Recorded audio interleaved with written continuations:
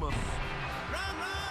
364 days a year, earning the candle and bolt ends. With my schedule, Santa doesn't have much time for football. I'm lucky if I can catch a highlight. I get most of my updates from the elves. Now, my one-day vacation. We in the business call a Christmas miracle. Ah, such a gift. Cleveland, Green Bay, on the Tundra. Wonderful fans filling the North Pole with wishes. Dear Santa, I want to host the NFC Championship game. Christmas this year is to make playoffs. Hello, Santa. Would I can have one in my trophy? My friends, all you have to do is believe. Now, you know what Santa wants at Christmas? Browns, Goose in Labo. I must have been good this year. Run, run, Rudolph! Santa ought to make the town.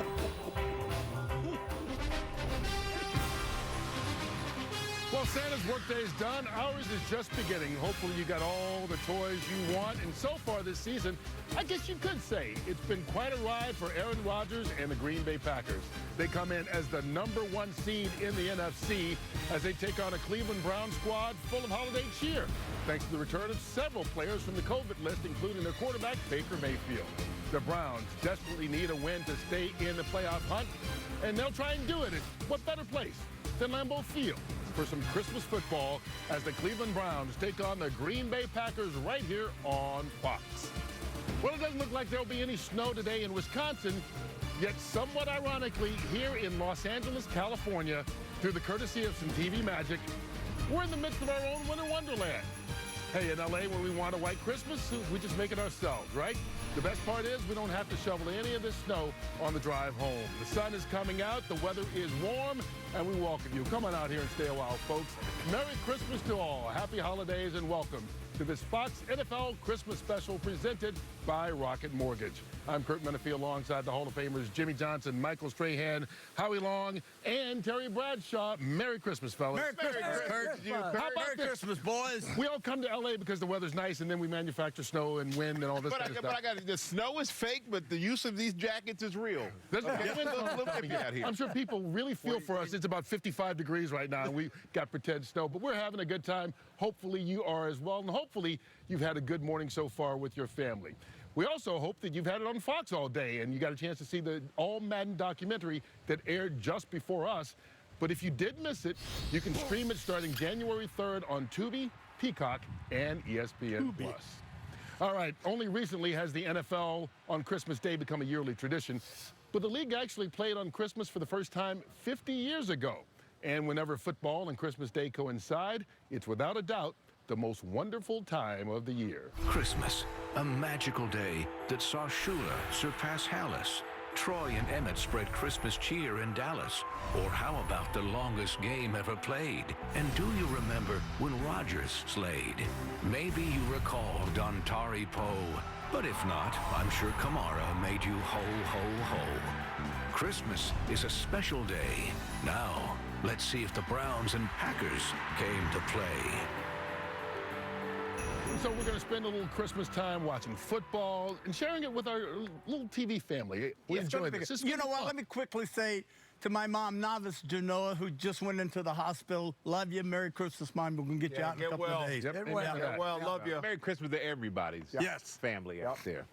Exactly. All right. You know, talk about feeling the warmth here. I know. Down here. Well, Hey, do you think Jim Carrey's Grinch was kind of dark? This guy right here. This is dark. I'm a people person, but I will say this. This stuff here, You should have probably. remember when I coached in this kind of weather, I was like this the entire day. And in fact, my assistants had to do all the coaching. I didn't coach when it was in this kind of weather. That's why you won. Oh, I'm so sorry. That was unnecessary on Christmas Day. Christmas. I apologize. He set it up. He threw up the softball. You can't do that on Christmas. What should we expect from you today, then, since you got snow here? Are you going to be able to perform? I'll fight through it. I'll fight through it somehow. I'm a soldier. That's what Jimmy is. Kurt, how about you? I never asked Kurt. Kurt, how are you? How was your Christmas? Well, that's a very nice of you to ask. I got to, like all of you, we got to share it with our families, maybe Christmas Eve was our Christmas Day. It was fantastic. My wife, Violet, and I and our little dogs had the greatest day.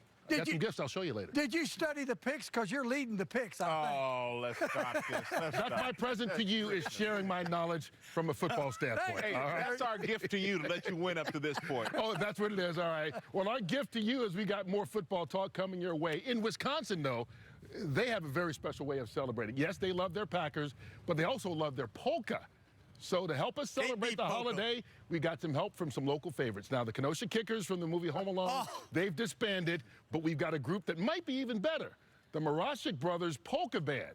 They've been together for more than 50 years, and we'll hear from them throughout the show, starting with their Christmas version of Christmas Time Again. Winds are blowing, outside it's snowing, must be Christmas time again. It's a time for reminiscing, it's memories of year. One heart, Christmas cheer, those inside, rain on the track, it must be Christmas time again, must be Christmas time again. Rosa Holland, Dom and Roger Don, Luan Von Ron, Quesia Sinsen, Ojulari, Siriani Gaf, Bulaga Bar, Donald Howard, Faya Carroll, John John, Connor Khan, what, Gross, J. Ruhite, Harold, Saleh and Tom, Deshaun, Stefan, Aguilar, Lamar, and Santa Gron.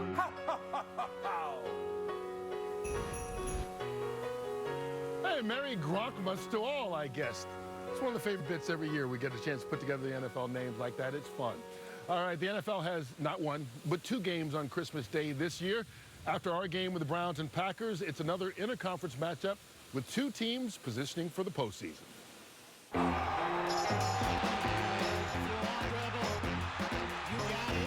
Murray, what a dive. Wentz keeps it and he scores. Taylor to the house. Hunter is in the end zone for the touchdown. Another turnover. Off by Oda. The Cardinal defense looks outstanding. What matchup for you here, Tate?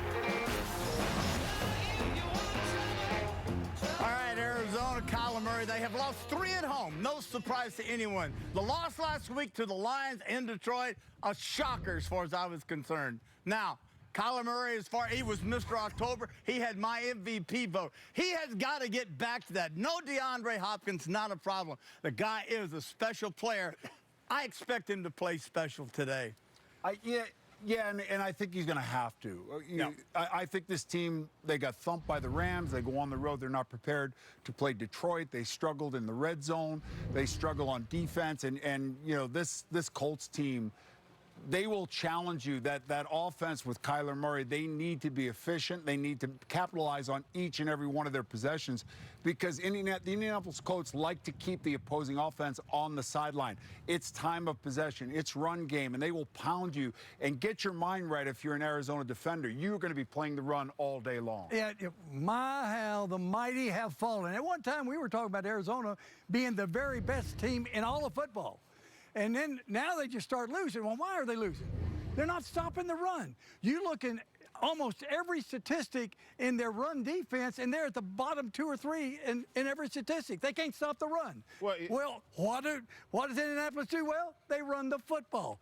Now, the problem, they've got both guards and their center out, maybe the best offensive lineman in football, Quentin Nelson.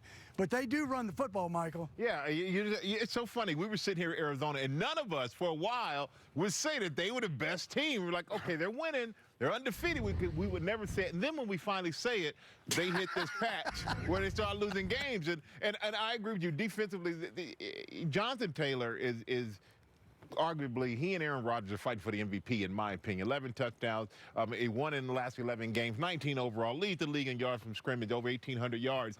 But today, his 3 interior line, they're out. I mean, he's probably the best Quentin Nelson, the best lineman in football is out. If Arizona cannot stop the run today, when this team, they get this team at the right point, when their best players are out in the run game, then they won't stop anybody. And as far as like the quarterback position there, doesn't turn the ball over on the road. That is a big thing for the Indianapolis Colts. So let me ask you this. You keep saying, okay, obviously Indy has some injuries on their offensive line, which will probably impact their run game.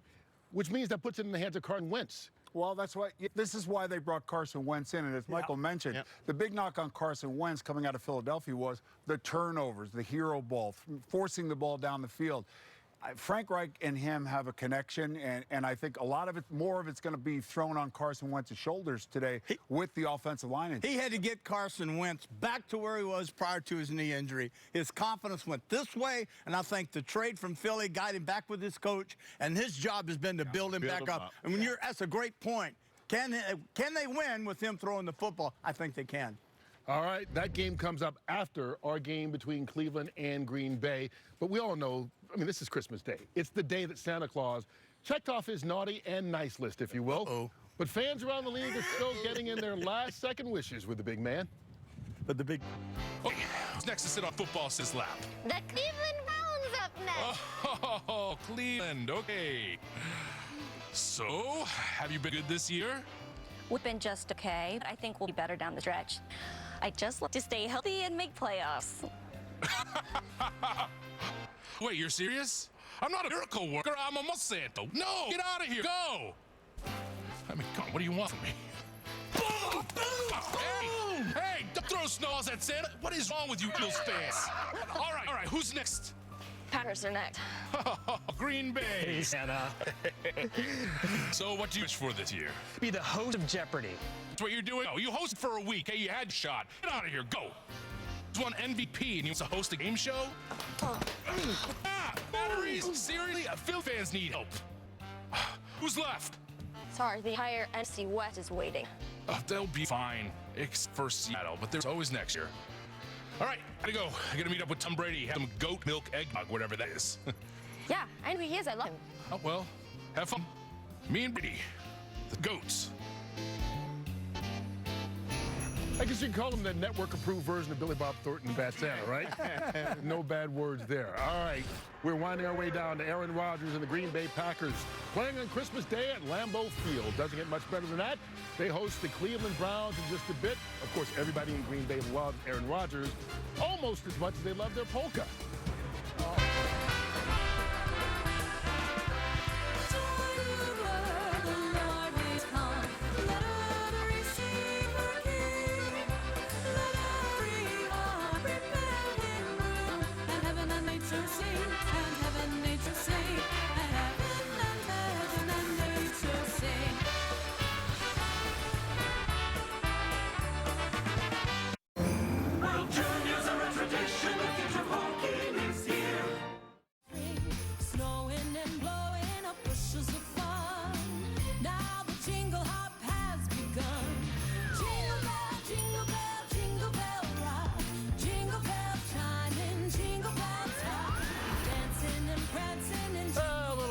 Card from us to you. We miss our little star topper, Jay Glazer, today. Not with us at home, not feeling so well. Jay, where is he? Feel better, we're Jay. thinking about you, brother. Get well, buddy. All right, we'll see you soon. You saw right there, Joe Buck and Troy Aikman. They were bobbing their heads as well. But they've got to work today. They're calling the game in Green Bay, so why don't we check in with them now? First of all, Merry Christmas, guys. Merry Christmas. Merry Christmas. Merry Christmas. Ho, Merry ho, Christmas. Troy was so shocked he heard ho, ho, ho from Jimmy Johnson. Yeah. He couldn't believe that. Well, you got a nice present today. I mean, it's a heck of a football game. I stopped knowing that guy a long time ago. Right. He's a little bit different than he was when he was coaching you. Yeah. Good football game for you guys today. The reigning MVP against a team that's desperate for a win. Yeah, I mean, the reigning MVP and maybe the MVP yet again in Aaron Rodgers. We're going to talk about him. For the Cleveland Browns, I mean, they need a win here today. It's not all or nothing. It's not they're out of it completely. If they don't win, they're going to have to win their final 2 games if they don't win here today. But we should see history with Aaron Rodgers becoming the all-time Packers touchdown pass leader, moving out of that tie with Brett Favre. He's been almost flawless and in some ways is playing the position better than he ever has. Yeah, and I think that we take a lot of players, I think, in our league for granted. And as much as we talk about Aaron Rodgers, as much credit as he gets, when you talk about the Green Bay Packers and them being the #1 seed. I still don't know that we fully comprehend what he's been able to do this year. They've been without a number of players on both sides of the ball, but especially offensively. Offensive line has been dismantled. Only one guy coming into the season is starting today that was projected as a starter when it began. A number of skilled players. We got some out again. But the reason they've been able to win is because of Aaron Rodgers, and yet we don't talk about that probably enough. He's been fantastic. He's an MVP candidate, and rightfully so. There's no place, guys, that we'd rather be than right here at Lambeau Field on Christmas. Merry Christmas. Back to you. Merry Christmas. Merry Christmas, Merry guys. Christmas. Looking forward to it. You know what? He mentioned it just a little bit ago. Now, the weather is pretty calm for Green Bay this time of year, only in the 30s, just below 30 with the wind chill factor when you throw it in. But Joe mentioned the numbers from Aaron Rodgers, tied right now with Brett Favre for most touchdown passes in franchise history, meaning the next one, he is #1. He just does so many things so well, Jimmy. But there's one thing in particular that you really like about his game. Yeah, Kurt, outside of Jeopardy, hosting Jeopardy, he does everything well. Wow. You didn't like that. He throws for touchdowns. He doesn't turn the ball over. One thing that we don't talk enough about is how well he fakes the ball on the play-action passes. If we look at the video now, here Aaron takes the snap from center.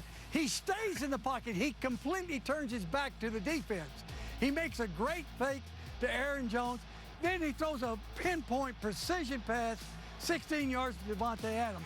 And I don't know how he made that decision that quick, Terry, to make the pass right on the point. First of all, if you are running play action, you're not reading coverage. You may pre-read coverage, but when you turn your back to the defense and you play action fake and pull it back in, when you turn around to throw the football, you're going to one guy. And if that one guy's covered, you hope you have an outlet. If not, you have to move. He does that. And also, by the way, you have to be extremely courageous to turn your back in this day, in this NFL. And the other thing is the key to a play action is the offensive line. When he turns back and he sticks that ball out, that offensive line has to show run. If they show run, everybody has to respect it. That freezes them just enough for Rodgers to make the completion. Yeah, Troy touched on it. The offensive line's been decimated. Bakhtiari, Turner, Jenkins, all down. The right tackle goes down. They're starting 3 rookies at center, left guard, left tackle. And I think the job they do there as an offense, adjusting to that offensive line, and particularly with Rodgers, I think he makes everything go. And I think Dillon, the addition of Dillon adds on to that, too, with the run fake. And, Jimmy, I got to disagree. He's pretty good at hosting Jeopardy. Especially for a guy who doesn't do that for a living, he was fantastic. But, TB, you talk about turning his back and the trust. We always see he stops and turns his back, and these guys. But the only reason you can do that if you have a great running game and if they respect the run. If they don't respect the run, which we demonstrated a few weeks ago when we were talking about Dak Prescott, they go straight to the quarterback. He would be in danger. But when they respect the run, all he wants to do is make that defensive lineman or the rusher just stop for a second and have to gather themselves. That gives the lineman enough time to just hold him up just enough for him to complete. I would want our viewers to know one thing. If you saw him 2 weeks ago, he actually made a play and stopped and froze for a second and then made the completion. Could anyone look more casual? A lot slower than Could that. anyone look more casual on that play fake? I tell you the other thing, he's got to trust his receiver, Davante Adams, because that was tight coverage on him, and he threw it right on the spot. Davante Adams might be the best. His accuracy is unlike anybody. Yeah, it's really amazing. He is one of the fun guys to watch. And he's just getting better and better. I mean, a couple years ago when they drafted Jordan Love, it was kind of like this. The 2 years since, MVP once and maybe a second one. Brady's getting better. Yeah, Can you imagine Rodgers at 38 getting better in 5 more years? He is. All right, guys. In the holiday spirit, you guys like fun puns, right? Of course. All right, so stay with me on this. We're going to go back to Lambeau to see who these teams have built for success, presented by Rocket Mortgage. St. Nick may have delivered gifts today, but this Nick will hope to make his presence felt on the field. Outside linebacker Smith, he's the pack with 7 sacks. I wonder if his reindeer blitz. That living or reading that? No, they're not. They're not calling for snow, but I'm seeing some LaFleurs. Is that more? That's not on prompter. That's good stuff. We got more for you. Oh, what? This holiday season, we hope you're all surrounded by love. EMC Kickoff Show.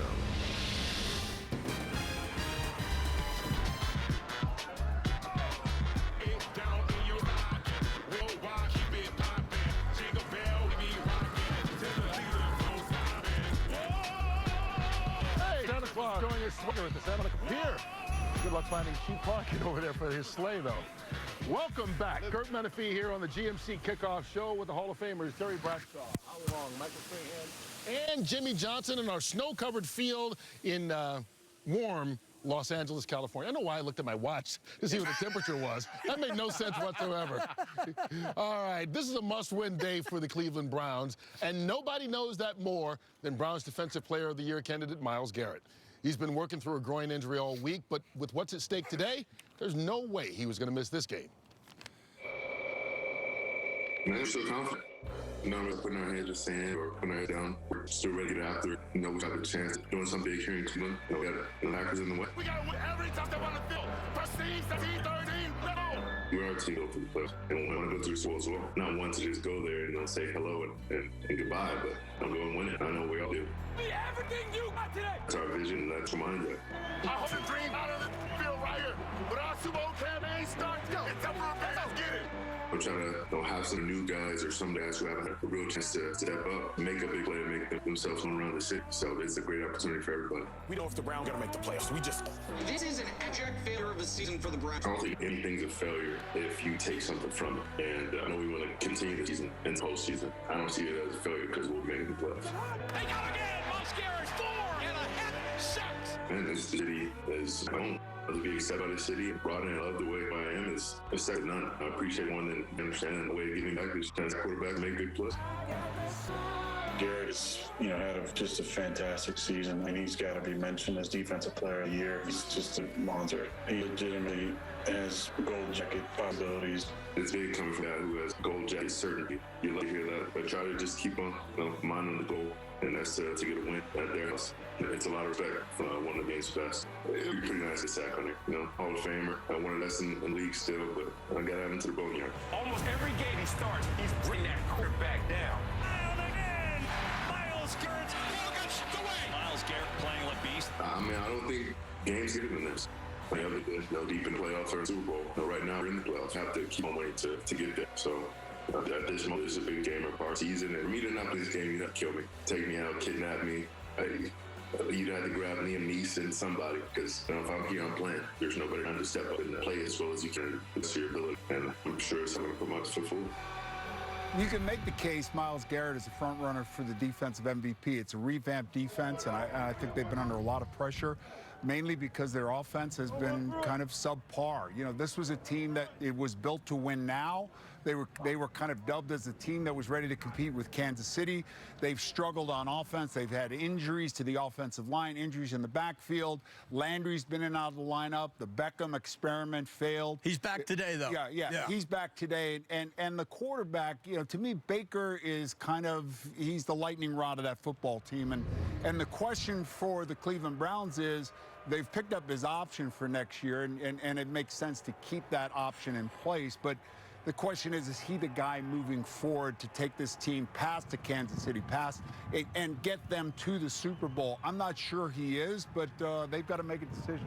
Well, and when you talk about winning for this team, I don't think it is the defense. The defense is actually, it played pretty well. It's all on Baker Mayfield. And when you look at Baker Mayfield, is he that guy who's going to take your team over the top? You're talking about the Beckham experiment not working. It's working in L.A. now. He's gone to L.A. He's become the old Odell that we've expected. And you would think in Cleveland, with all the talent around him, that it would happen. But I think a lot of it, you have to look, and you look at the quarterback position. You look at Aaron Rodgers, all the injuries they've had, all the guys they still have out, and they continue to win because he's able to carry a team. That is not Baker Mayfield to me. They're going to pick up the option, because what are the other options they have if they don't? But I don't know if this is the guy who's really going to take Cleveland and put them over the hump. I don't think it's right on Christmas Day to sit here and pound on Baker Mayfield. But I don't like him either. I remember when Wentz from Philadelphia was traded to Indy. Don't forget, he was the second guy in the draft, and then Goff was the first guy in the draft for the Rams, and now he's in Detroit. Just because you were picked #1, Baker, doesn't mean you have the right. I think they'll sign him in March. He'll get that extent. He'll get the 5th year, $18 million. They can release him in June if they want to. He's not the guy in my book. That's just my opinion. We're not pounding on him. We're giving an honest opinion. And to be honest with you, I understand that. We hope he proves us wrong. Yeah. I don't care if he proves us wrong or not. I just don't think he ever will. Well, proves me wrong. let me just say that you don't get rid of somebody until you find somebody better. Yes. Okay. Now, as far as winning this game, building the case for Cleveland, they've got to run the football. That's what they do best. Yeah, they got outstanding running backs. You know, they got an outstanding offensive line. Run the football. Green Bay's giving up 4.5 yards a carry. Their run defense. The other thing, you look at Cleveland's defense, rushing the passer, because Aaron Rodgers is not going to throw a pick. You know, he's going to hold the football. He's had 3 sacks, at least 3 sacks, the last 3 games in a row. So they've got to rush the passer. Now, Myles Garrett's got the pulled groin. I don't know how that's going to affect not here. That's not the groin. The groin. Trust me, it affects you because when you have to plant, like the way he rushes and low to the ground, all the leverage he uses, anytime you have pressure against you, it affects your groin. That's gonna hurt him in some of the movement. Baker's as healthy as he's been in weeks. Yeah, having the time off actually helped heal some of the shoulder injuries that he suffered earlier this year. All right, guys, once again this year, GMC teamed up with former NFL players who are still giving back to their communities. Throughout the season on Thursday Night Football, we highlight some of those efforts as former star took us around town. Ryan Westbrook Foundation offers vocational training for Joe Thomas is active in the Cleveland community helping feed children. Chris Chambers' 84 Foundation works with youth athletes. And John Weatherspoon's organization inspires kids to pursue their dreams. Quick Jammers, well, they help educate underprivileged youth. We thank all of them for all they do to make their communities better places. All right, they're bringing a little holiday cheer, just like Wisconsin's own Marshik Brothers Polka Band. You like them, right? Oh, I like them a lot. Kurt, let me ask you something. Yeah. How do you dance to a polka? Are you going to show us? I know. You told me you're the one who knows how to dance. I don't know how to dance. So how do you dance? Hey, how do you polka? How do you polka? Hey, you know a polka. Yeah, how about we let them do it? Well, you let them do it. I'm not giving them the peer pressure. Here they are with their rendition of Silver Bells. Silver bells, silver bells, it's Christmas time in the sea. Ring a ring, hear the ring, soon it will be Christmas Day. Days of winter. The temperature drops and pressure rises. Second. That's the difference. Whatever happened, just spending holiday here. Huh? It just, you're not coming off very jolly. The thing is, but I mean, Ty, this is level field in December.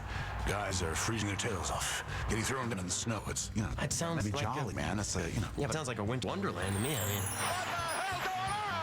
well, what if I told you that when the Packers score touchdowns, they leap into the warm ice of their fence? Now you're getting in a Christmas cheer. It's the Browns, Packers. The Brown Packers and Fox. I mean, what's that? That's not the NFL Spears. What are you doing? You guys are 360 pounds. This guy. Is the Browns and the Packers on box? Hey, no snow in Green Bay, but we've manufactured some here in our studios in Los Angeles. Special thanks to Ben Affleck and Ty Sheridan. Their new movie, The Tender Bar, is currently in theaters nationwide. It'll be available to stream globally on Prime Video on January 7th. All right, well, the Packers, they've set the bar pretty high in Matt LaFleur's tenure as head coach. If they get 2 more wins, they'll be the first team in NFL history to have 13 wins in 3 consecutive seasons. And in the first 2, they went all the way to the NFC Championship game, Michael. So they've done really well. It's just a matter of getting over that last hump. They've got a chance to be the #1 seed again if they can clinch it this year. Yeah, and the way they do that, Aaron Rodgers, one guy, one name. And you talked about, those guys. When this guy, he could pass Brett Favre, the great Brett Favre, with 1 more touchdown. And he didn't start the first 3 years of his career. He sat there and he watched Brett Favre do it. The Packers have been fortunate. They've had 30 years of Hall of Fame quarterback play.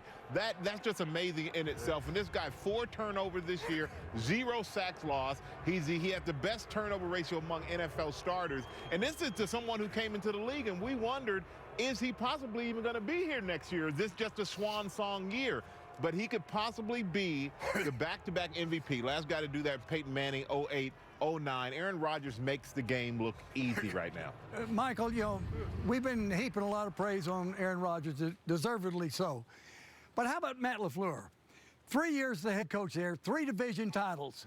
And not only is he coaching them, he's handling superstars. And I can tell you, it's not that easy handling superstars. What are you swelling up for? You know, you got to deal with them. And he's dealing with Aaron Rodgers. But on top of that, they struggled on defense in the past. Brought in Joe Barry. Their defense is playing outstanding right now. They're doing a heck of a job of coaching there in Green Bay as well. Yeah, and really they haven't had a full complement of players. You know, Alexander may be one of the top cornerbacks in football. Smith, outside linebacker. And I think the biggest addition they made, and it was a year ago, was A.J. Dillon. And we all know about Jones, how dynamic he is as a player, both as a runner and receiver. But at this time of the year, and chances are we could be going to Green Bay for the NFC Championship game, weather gets bad, you got a 250-pound halfback to complement Jones as the scat back, and I think that makes the Packers, it gives them a physicality that they've lacked in the past, and they've lost 2 straight NFC Championship games. So we'll see, is what you're saying. You know, it's probably the only team this year that's been consistent for us. We've seen great teams go up and go down, come back up all year long, but I think Brian Gutekunst, the general manager for Green Bay Packers, just a second, folks. Did you get that? I lost. You got the name. I think he's done an excellent job. On that. It was just this week that Aaron Rodgers actually went up to Brian and gave him a hug. Now, you can read into it what you want to read into it, but let me tell you what I read into it. Bringing in Campbell and Douglas and Lewis and 5 veterans to help supplement the line and the defense. I think he's done a phenomenal job. Even Aaron Rodgers has complimented him.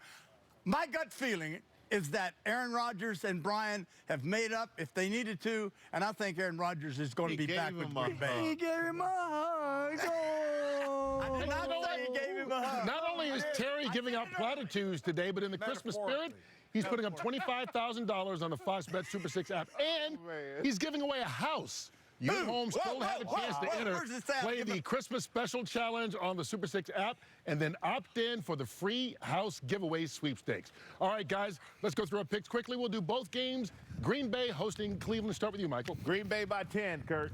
I'm going to go Green Bay by 7. TB? Green Bay by 14. Green Bay by 10. I'm taking Green Bay by 8. Let's look at the night game, Indianapolis at Arizona, Michael. I'm taking Arizona by 3, Kurt.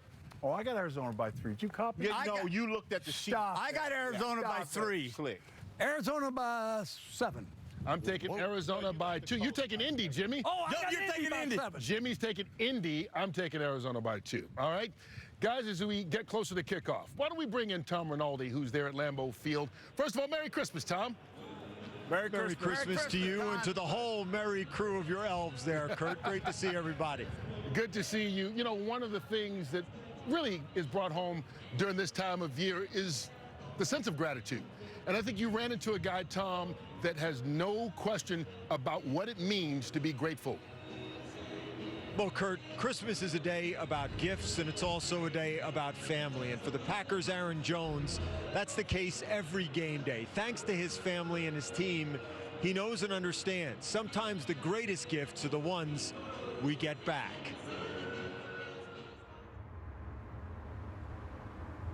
I can't physically see him or touch him, but he's still with me.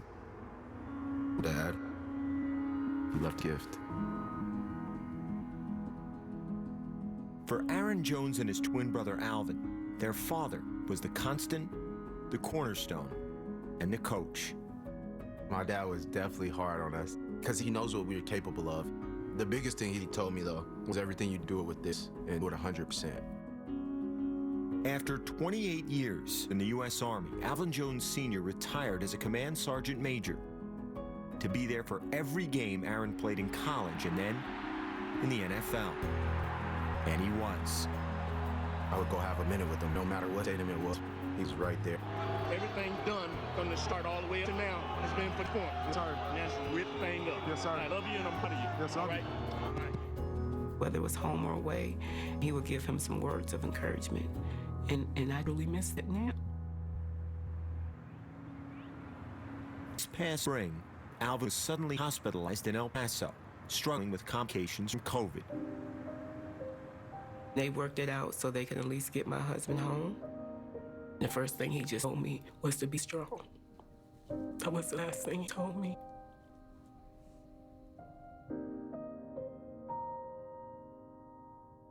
Alvin Jones Sr. died in April. he was 56 years old.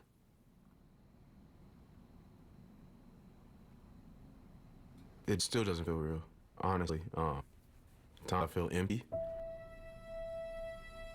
I was still learning how to become a man, and my man left. Like, he's not here anymore. And I know he would want me to keep going. You know, that's all he's gonna do is put your head on, keep pushing. Whatever it is, keep pushing through it. I don't know how I'm gonna do it the next day or the next day, but it always works out and I get through it. Their dad has always been with them, so I wanted all of them to have a piece of their dad. They said, I want a necklace, and I picked out the football for Aaron and made sure it had ashes in it. What better way to continue to be with them by having a piece of him right here by the heart? Joe was wearing that pet with ashes inside for his first game at Lambeau Field without his father. Touchdown! Aaron Jones, his 4th touchdown of the day. But after scoring in the second quarter, Jones realized the pendant was gone. Aaron came up to me after he scored the touchdown. He told me that he lost his dad. He said, I had a pendant of football with his ashes, and I lost it. The chain broke. I would owe somebody, and we'll get the grounds crew to look and find it, don't worry.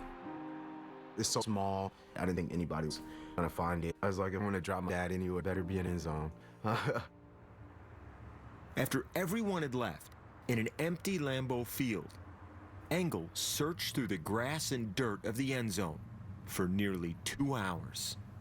Started walking and searching, just kind of walk up, take a step, and walk back. And lo and behold, in this particular cleat mark, I looked and there it is. And I found it. It was about 2 a.m. I literally get a text message, a picture of him holding it. I never can repay him. Like, that's something that he gave me that I'll have forever. It's like he gave me life.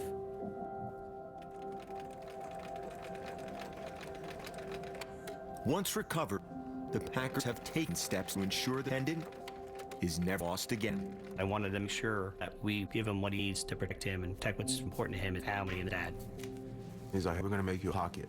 We're gonna be on your left side, because closest to your heart. Landed in that spot and it's been secured and it's been safe ever since. Jones' family had one more gift for him.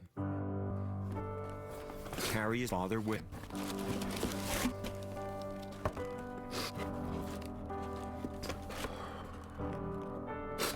I love it.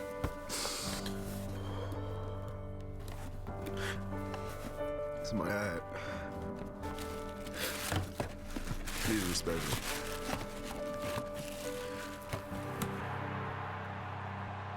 You know, sometimes it's bigger than a game of football.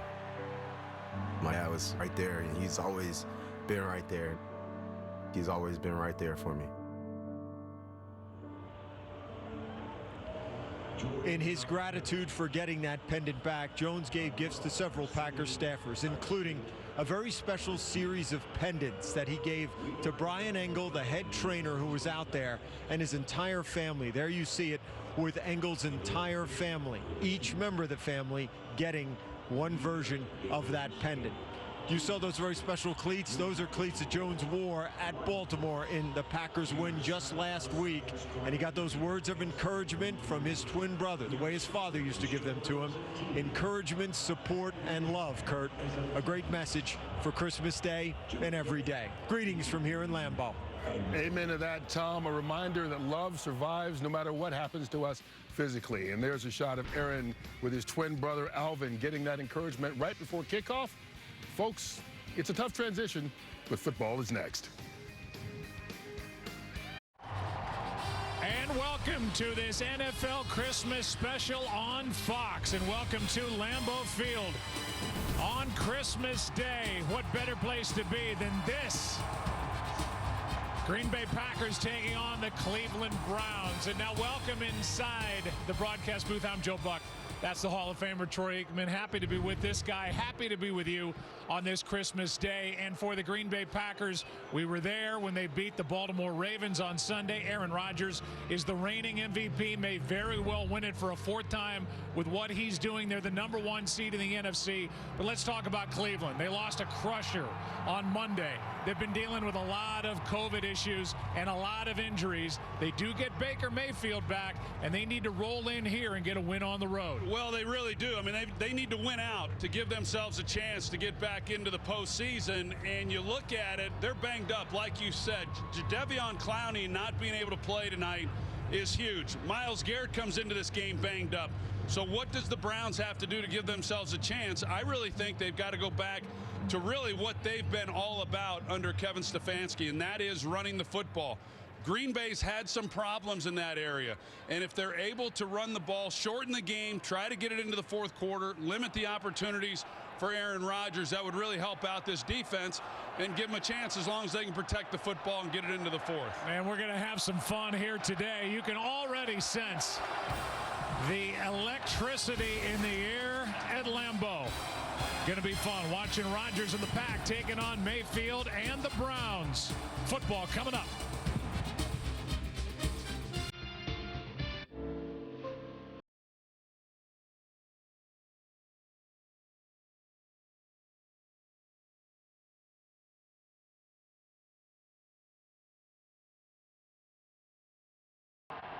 Welcome back to Lambeau Field in Week 16. Let's send it down to the Browns sideline and Tom Rinaldi. Well, Merry Christmas to you, Joe. It's not Santa's sleigh. Maybe it's Cleveland's version. Consider it a private plane delivering Baker Mayfield here to Cleveland. Just after 10 a.m., he posted his Christmas greetings from an airstrip here in Wisconsin after clearing COVID protocols on December 15th. Talking to him pregame, he said he had his call sheet with him on the plane, visualizing what was going to happen.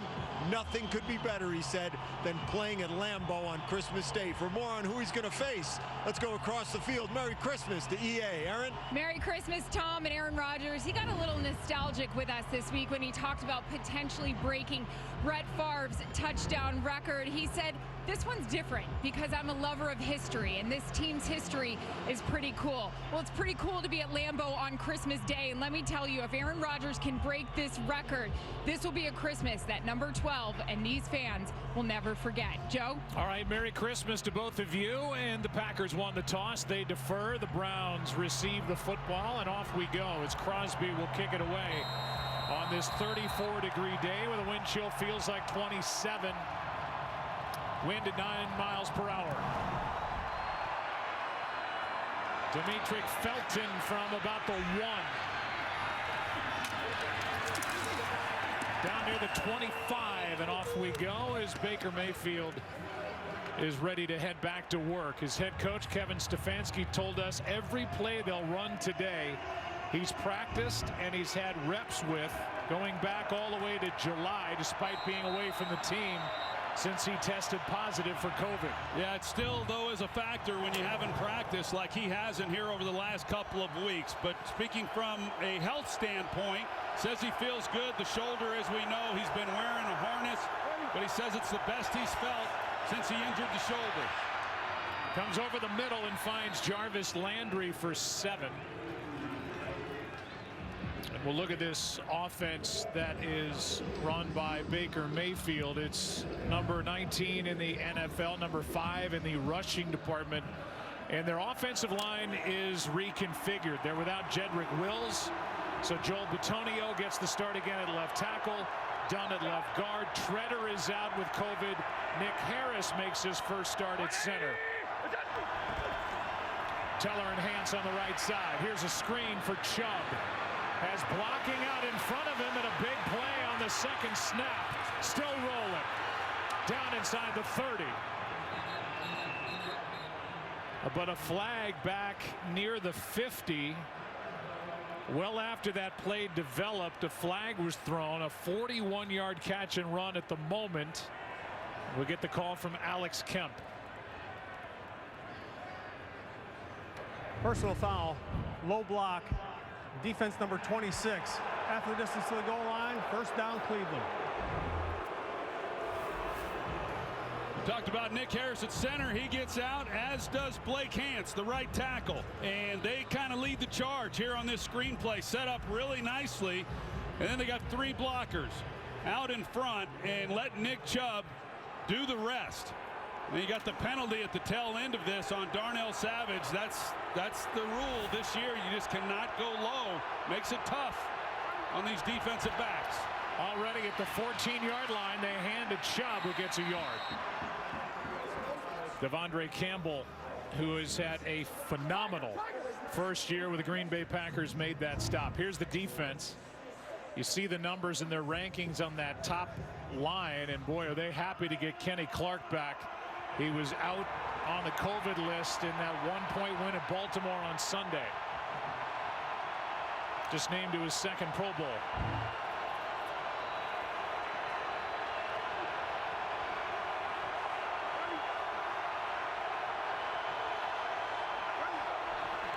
On 2nd down, quick throw, pass caught, down inside the 5, and to the 1 is Jarvis Landry. Setting up 1st and goal with a 12-yard completion from Baker Mayfield. Well, this is a lot of what we saw last week against Baltimore. You're going to see how soft they are. Stokes in coverage on Landry, and Jarvis is just able to come off the line of scrimmage right here. He runs a slant, and uncontested, it's just an easy completion. We saw a lot of those with Baltimore on Sunday, and Matt LaFleur talked about it. He wants to see these guys challenging these receivers more off the line of scrimmage. Chubb. He is in for the touchdown, and what a start for the Browns on Christmas.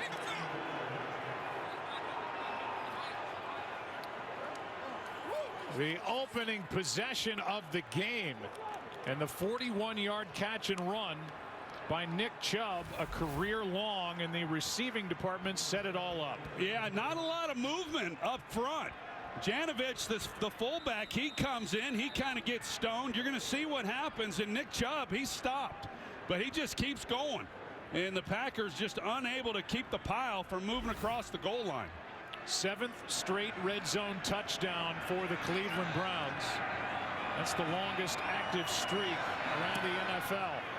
And making his NFL debut and pushing the extra point wide right is Chris Nagar, the new kicker for the Cleveland Browns. New kicker, same story. 6-0 Cleveland in a game they need on the road. We can make it if we try. Just the two of us, building castle in the sky. Just the two of us, you and I. We could witness history here today on Christmas at Lambeau Field. Brett Favre and Aaron Rodgers tied with 442 career touchdown passes in a Packer uniform. The Hall of Famer Brett Favre. 3-time NFL MVP. Aaron Rodgers, 3-time NFL MVP and the reigning most valuable player. Nagar, who was just activated off the practice squad with Chase McLaughlin on the COVID list, with his first extra point attempt, pushed it wide to the right, so a 6-0 Cleveland Brown lead. And here is Aaron Rodgers. We said it during the pregame. You and I have witnessed a ton of Aaron Rodgers games. He's playing as well or maybe better than he ever has in the NFL with the Pack. Yeah, he really is. And like we talked about earlier in the pregame, he's had to do it with a lot of moving parts, the offensive line, and yet he makes adjustments. This is a pass rush that's minus some players, but they're capable of getting after the quarterback. He won't be holding it long. Mercedes Lewis is dumped immediately by Denzel Ward. Just named to his 2nd Pro Bowl. Ward, and a nice tackle, a gain of just 1.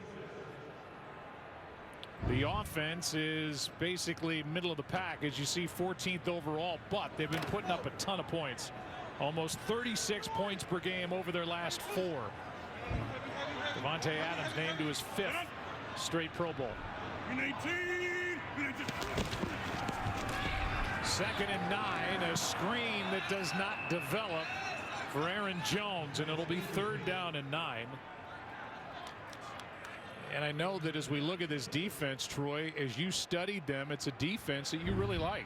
I do like, and they're minus a lot of players, as they were last week. So it's a game of attrition right now when you look across the landscape of the NFL. But when they're healthy, I mean, this defense capable of matching up really against anybody. And when you look at the Packers, even with the injuries that the Browns have and the guys who are out with COVID, Davante Adams is the guy you really got to concern yourself with. Here's Jones underneath. He is trying to fight for the first down, but won't get it. A yard short as M.J. Stewart was first there for the Browns. It's 4th down. And that's the other guy. So for the Browns, they focus on Davante Adams and then Aaron Jones. Right now, Rodgers staying out there on the field. This is, you know, maybe you come out and you hard count them, see if you can't get them to jump. But going for it here, I would think that Kevin Stefanski's pretty happy about this. You get a chance to possibly make a play defensively and give the ball to your offense, you know, inside the 35-yard line.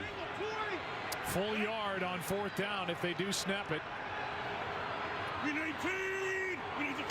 They do. Toss to Jones. He's got it. First down, Packers.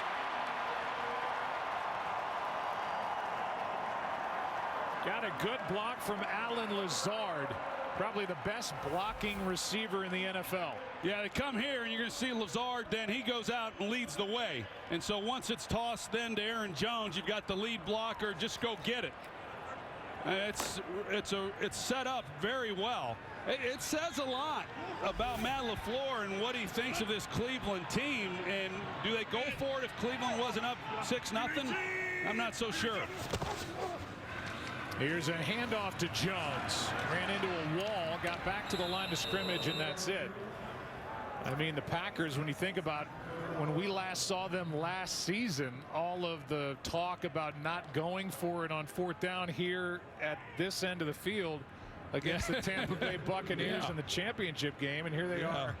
You know, they're the #1 seed. They're trying to hang on to that, and they go for it deep in their own territory on their first possession. Yeah, knowing how cynical at times Aaron Rodgers can be, he's probably thinking, where was that last January? Probably flashed through his mind. Rodgers throws and finds Adams. And he's brought down immediately by M.J. Stewart, a gain of 5. Well, M.J. Stewart got his chance last week to play a lot, and I really liked what he was able to do. He's made a couple plays already here on this opening possession for this defense. He's a big hitter. He comes up, makes tackles, and he's a pretty good cover guy as well. So they had to rely on some young players that haven't played a whole lot, and they did a pretty good job. Kept them in it until right at the end when they couldn't make a stop. But see what they're able to do here today. 3rd down and 5. Rodgers steps through. Incomplete for Lazard. No flags on the play. And the punt team will come on for the Packers as Ward was covering Lazard. Yeah, Lazard comes off the ball. He gets tripped up a little bit, but I mean, it took a 4th down call in order to pick up a first down, their first one, and then they stop them in their next 3. So a really nice job for Cleveland, off to a great start here on Christmas Day. Bojorquez will punt with Donovan Peoples-Jones waiting deep.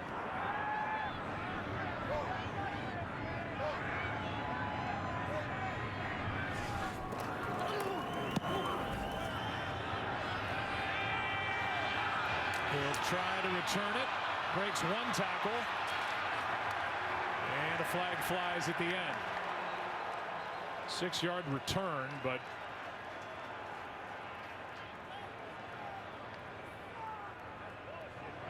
you expect it to be marked off against Cleveland. We'll see.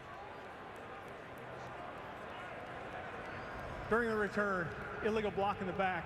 Receiving team, number 29. After this is the goal, Cleveland keeps the ball, first down, timeout. It's against Herb Miller. Moves the ball back inside the 10 to the 8. Browns back to work on offense, up 6. Joel Bitonio, his wife Courtney, daughter Zoe, son Benjamin on this Christmas Day. Welcoming you back from commercial break, and here's the call against Herb Miller as he gets the hands into the back of Isaac Yiadom. Yeah, Adam, it looked like he was going to the ground. Miller didn't touch him much. I think that was not a great call. Mayfield keeps, launches down the middle, and he is picked. Intercepted by Darnell Savage. And an easy one with Donovan Peoples-Jones, the target. Second of the year for Savage. 8th of the year for Baker Mayfield. And the early takeaway for the Packers. They get it down 6. Baker Mayfield shaking his head as he looks at the replay of that most recent pick, the 8th in the career of Darnell Savage. Packers take over at their own 47. Here's Dillon. Bends it back. And is able to just get into Cleveland territory, a gain of 4. Let's go back to the interception. Yeah, you're going to see Rasul Douglas, 29, and it should have been called for illegal contact. I mean, he definitely rides Peoples-Jones, and Darnell Savage, here he is right here.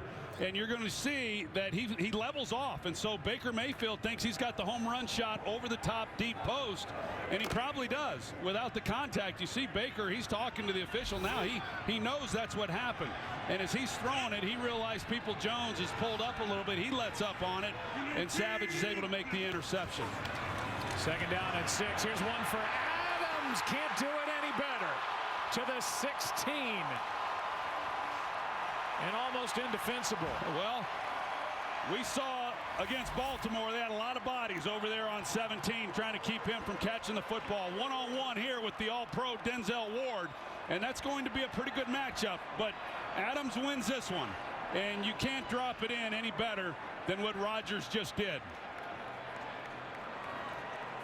That's awfully nice, and you can bet, and Denzel Ward knows it, and he doesn't shy away from it. One-on-one on Davante Adams, it's coming your way, so get ready.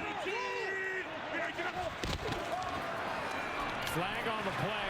Adams, who was left alone in the slot, is there to make the catch. He's out of bounds inside the 5 at the 3, but a flag was thrown. There was nobody across from Davante Adams. Yeah, and that was one of those run-pass options where they run him across, and they run a lot of that. Green Bay illegal does. Shift. Offense number 17. 5-yard penalty. Still first down. So now it's coming back with an illegal shift, but regardless, Cleveland's going to have to be able to sort that out. If they run with Davante and Rodgers likes the numbers, in the run game he hands it off. He sees that they don't go with him, and then he comes out and gets easy completion, but the penalty nullifies that game. Rodgers coming into the game with 442 career touchdown passes, tying Brett Favre for the top spot in Packer history. He keeps, he goes underneath to DeGuara, and the tight end is inside the 20. Here is today's mission, presented by the King's Man, in theaters now. Favre versus Rodgers. Career numbers with the Green Bay Packers. The seasons, the Pro Bowls, Rodgers the most in franchise history, the MVP awards, the touchdown passes, and the interceptions at the bottom. A big difference in their 2 careers, and really with the way they played the game.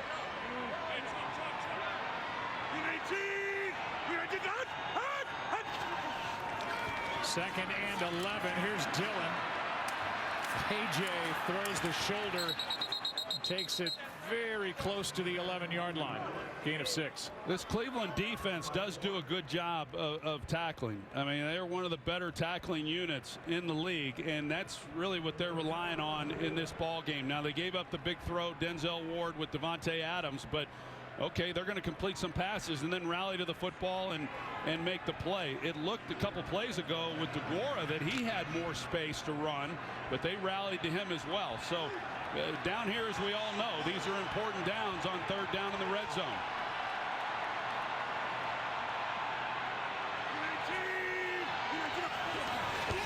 Third and 5.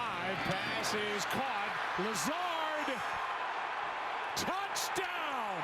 There it is. History for Aaron Rodgers on Christmas Day at Lambeau.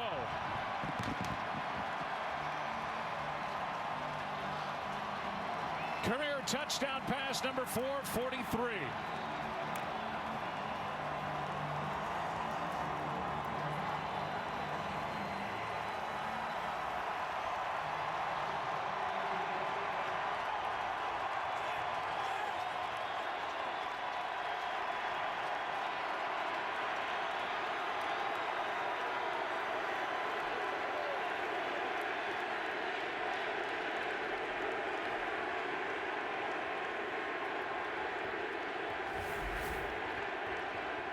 Well, we didn't think it'd take too long, and it didn't. Alan Lazard, he catches the out route. Not a very good play there by M.J. Stewart, but look at the effort by Alan Lazard to get to the pylon. That's exceptional effort by Alan Lazard, a guy who has really gained Aaron Rodgers' trust.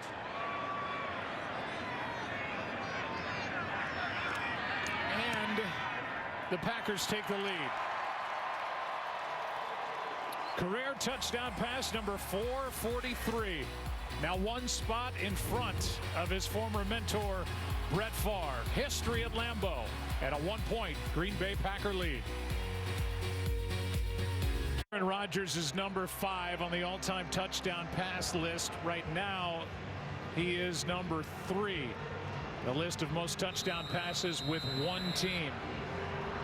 Behind Brady with the Patriots and Breeze with the Saints. And just a moment ago, Brett Favre delivered this message on the video board at Lambeau. Congratulations, man, on passing my touchdown record. I have one request. Go get us another Super Bowl. Congrats. I mean, what a ride it's been for Aaron Rodgers. First-round pick in 2005. Studied under Favre for 3 years. Took over in 2008. And then this past offseason, odds were he wasn't coming back to the Green Bay Packers, and here he is and thriving and could very well be the MVP yet again. Here's Chubb. He gets about half a yard. We talked about it on Sunday last week when he tied Brett Favre, and we said that, you know, there's just some records you just don't anticipate being broken, and that was one of them as it relates to the Green Bay Packers. And to have Aaron Rodgers come in and be the guy to first replace Brett Favre and then go on and have the career that he's had and will continue to have, hopefully for a number of years longer here in Green Bay. Who knows about that? But congratulations to Aaron Rodgers, and hats off to Brett Favre. Second down and 9 now for Cleveland. Mayfield sets up and throws incomplete for Jarvis Landry. It'll be third down. Meanwhile, 44 different Packers have caught an Aaron Rodgers touchdown. It started way back in 2007 with Greg Jennings and a touchdown catch at Dallas. An 11-yarder before halftime on a Monday night, and it's an 11-yarder to Alan Lazard, the 10th he's caught from Aaron Rodgers that breaks Brett Favre's record. Now third down and 9 for Cleveland.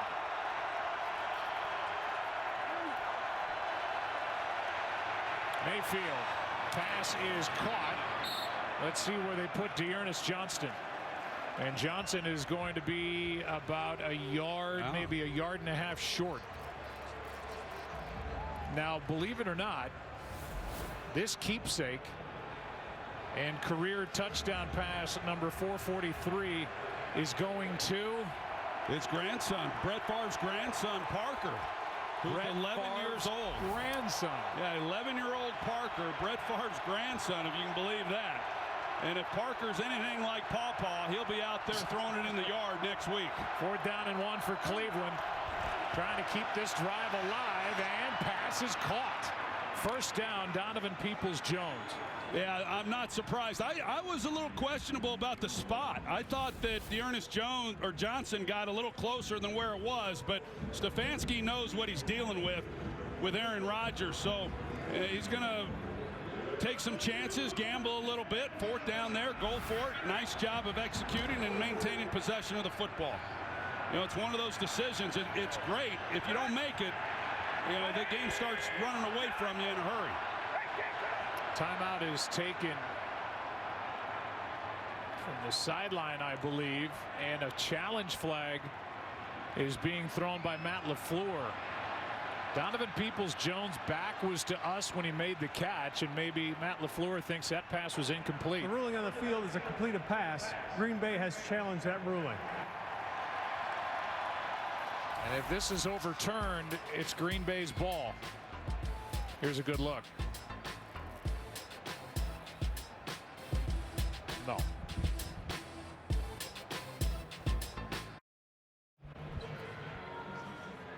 After review, the ruling on the field stands. Green Bay is charged with their first timeout and their first challenge of the game. They have one left. So the call stands. LaFleur now 2 for 5 on the season on challenges. And the drive continues for the Browns. Yeah, Matt LaFleur just got some bad advice. Whoever consults from upstairs on those looks for replay.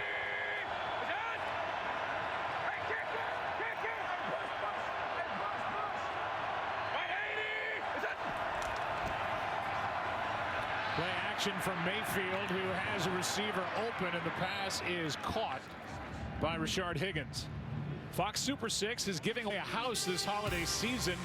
You scan the QR code now, enter the Christmas special challenge, and then opt in to the house sweepstakes for your last chance to win the giveaway. It's free to play. Just download the Super 6 app. 2nd and 2 after the 8-yarder to Higgins.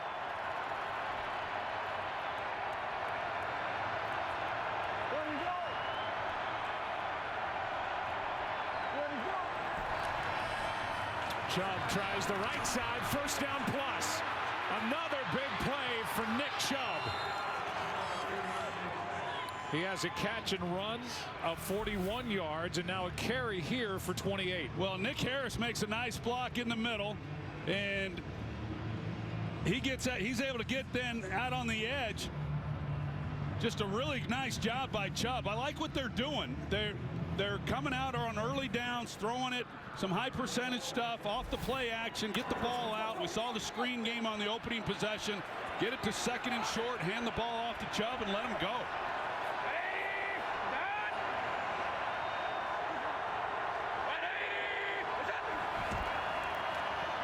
On first down, a little flip to Anthony Schwartz. And Schwartz has 10 plus. All eyes on Nick Chubb, and Schwartz comes around and gets the ball for 11. Well, I think Kevin Stefanski is calling a nice game, just mixing things up, and they got this defense for Green Bay reeling a little bit, and that's kind of been what's happened here over the last 3 to 4 ball games for them. They have not been the defense that we saw there in the middle of the season.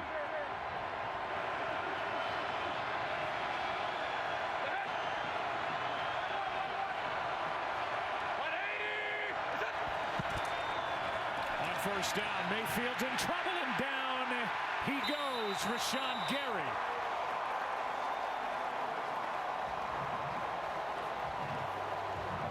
Loss of 9 on the play. Well, you talked about Kenny Clark back in the lineup for this game and how he was missed against Baltimore. He just is able to get right inside from here. Such a good job. It's Blake Hance, and then you get the edge, as you said, with Gary. A little bit of a face mask pull there that got missed. Gary takes the team lead in the sack department. 7.5 now. 2nd and 19. Quick throw incomplete for Peoples-Jones.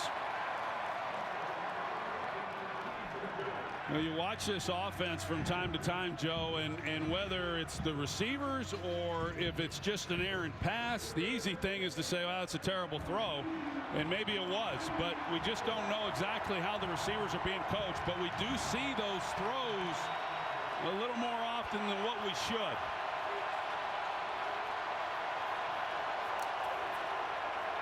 I just think Baker's got to be real smart here.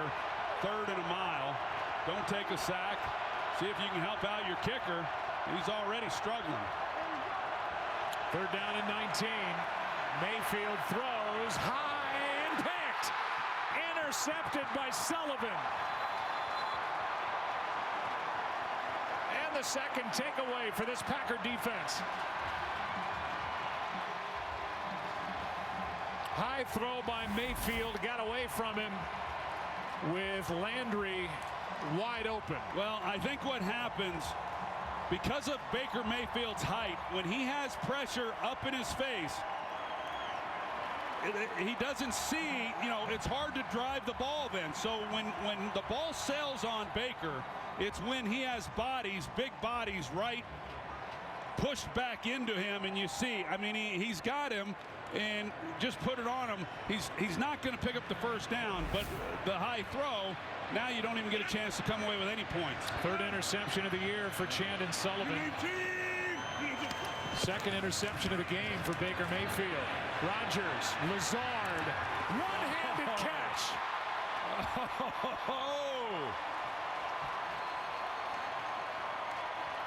Well, you got Aaron Rodgers getting up a little gimpy. Well, the quarter's going to come to a close here, so a little extra time for Rodgers, who just completed for 36, and what a catch this is. That's a one-handed by Alan Lazard. We'll add him to the list of Aaron Jones and Davante Adams that the Browns have to worry about. That's how the first quarter comes to a close, with the Packers leading by 1. This NFL Christmas special on Fox. Back after this. Well, we've been going over the tape during the commercial break, and we think Myles Garrett may have kicked the outside of the left foot, which is obviously where that broken pinky is for Aaron Rodgers. Moments ago, Garrett and Rodgers. Garrett was questionable coming in with a groin injury. And Rodgers, who has 14 touchdowns to 1 pick since breaking his little toe on his left foot, is okay to continue. And Aaron Jones, a nice carry on first down as he gets 8. Really tough running right there by Aaron Jones, breaking the tackle. And going back to Aaron Rodgers, you'd think more of that would happen throughout a ball game and each week with as many bodies as you've gotten back. I mean, I've been back there in the pocket. You get a lot of people stepping on your feet, but he's been able to weather this thing pretty well. It'll be interesting to see if the Packers do go on and maintain the #1 seed into the postseason with the bye week, just how healthy it may get, and what a difference he may feel when they come back and play in the postseason. Second down and 2, and the pass caught by Lewis. Strong tackle is made by M.J. Stewart, a gain of 1. Third down coming up. Well, he had the 4-touchdown game Rodgers did against Chicago. Said after the game he suffered a setback with that broken toe, and then followed that up with 3 touchdowns, no picks in Baltimore. Yeah, he's been playing lights out with that bad toe. They're down in 1 here. Yeah, you can't. It's hard to try to even suggest that he could play better if he was fully healthy.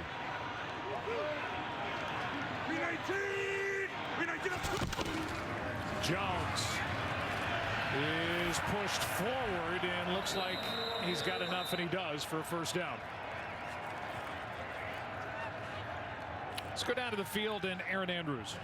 Well, leading into this game, guys, there's a lot of discussion with guys like Davante Adams, Aaron Jones, Alan Lazard about, hey, do you want to be the one that catches the record-breaking touchdown pass? Alan Lazard before the game said, it'd be nice, but there's not much discussion about it. I can confirm, after he caught it, he ran right up to me and said, I'm going to take that back, and I'd like to take the ball. He even joked about throwing it into the stands, kind of like Mike Evans style, but none of that happened as well. None of that happened. He's got an 11-year-old he has to wrestle it away from. Here's Lazard, the aforementioned first down.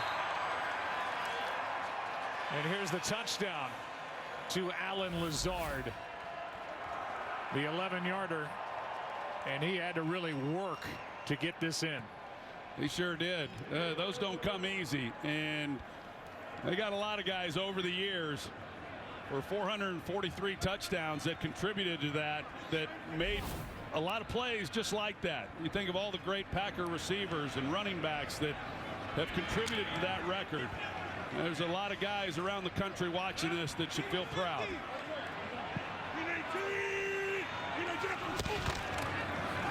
On first down, Dillon gets 8. Behind right tackle Dennis Kelly, making his second straight start. Well, A.J. Dillon, as we've talked about, is really coming into his own, I think. And he went through a stretch there where he was getting most of the work. And now with Aaron Jones, he missed a game against Minnesota 3 weeks ago. He's now back healthy, and Jones finally reclaimed the workload on Sunday. But what a 1-2 punch the Packers enjoy. Dillon gets a first down.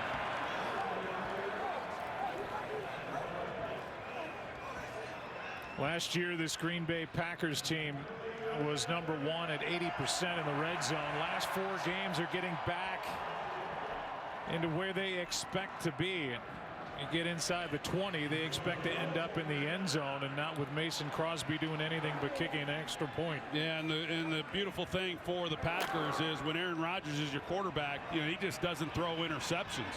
I mean, he just does not turn the ball over. He's as good as anybody who's ever played the game at protecting the football, and it makes you feel good making those decisions down here in this area of the field. Rodgers, end zone, in and out of the hands of Lazard.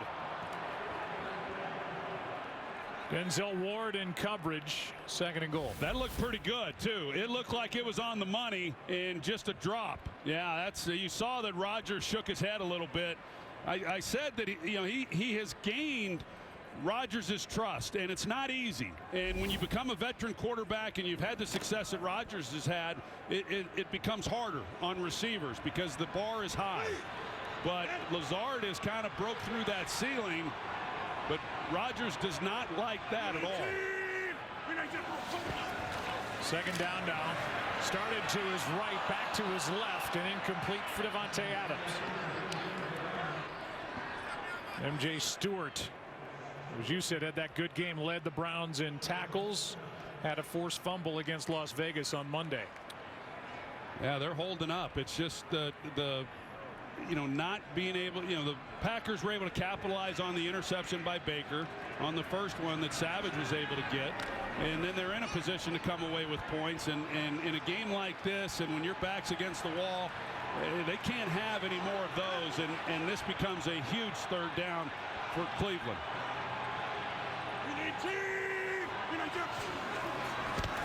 Extra men on the rush. Adams, touchdown.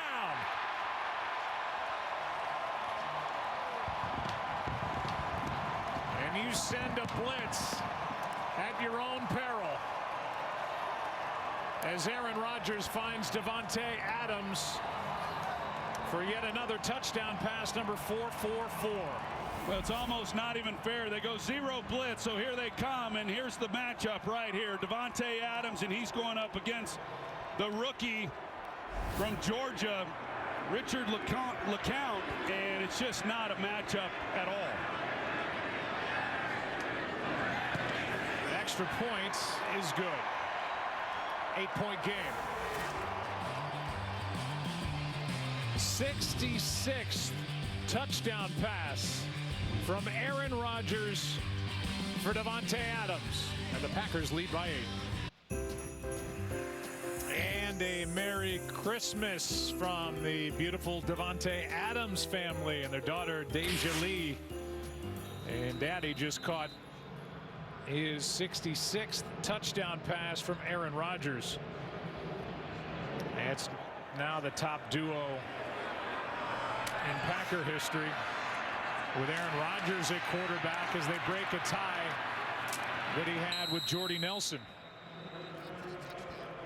Let's go back to the touchdown and that blitz and the score for Davante. Yeah, and I get it. Joe Woods, he brings an all-out blitz to try to get to Rodgers, force the ball out quick, make a play then on the back end. But Richard LeCount is he's the one who's having to try to cover him, and right here, I'm sorry. And it's just too much. It's too much then for him to try to hang in there, although he definitely has to take away the inside. You can't give that up with no safety help, but it's asking a lot from the young player. Here is a handoff to Dearness Johnson, who had that huge game against Denver week 7 that we got to do on a Thursday night. A nice carry on first down as he gets 17 yards with the Browns now down 8. Well, when Dearness Johnson, when he's gotten his opportunities, he also played against New England week 10 because they were down backs, and so he got the workload, and he's been productive.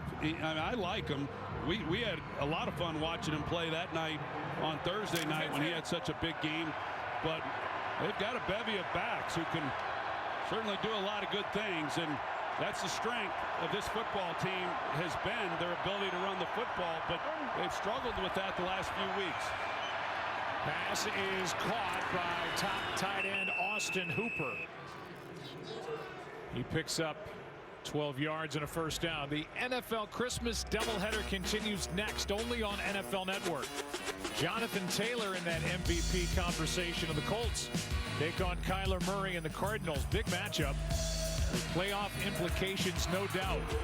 NFL Christmas doubleheader continues next, only on NFL Network and the NFL app. You know, looking at that game from the NFC perspective, a huge game for Arizona, and then traveling to Dallas next week, and a lot of the seeding, and I'm not sure where you want to be seated when all this shakes out other than number 1. Pass caught. That's Landry. Ducks under a tackle as he got away from Chandon Sullivan and picks up 25, and the Browns right back in business. You see the misdirection here by Jarvis Landry. He's really an outstanding route runner. You know, one of the best over the years in the NFL, and he's able to get Chandon Sullivan running. Plants, comes back out of it. That's really good stuff when you get that man coverage. He's missed 5 games total. Landry has missed last week on the COVID list. Still their top receiver with regard to number of catches.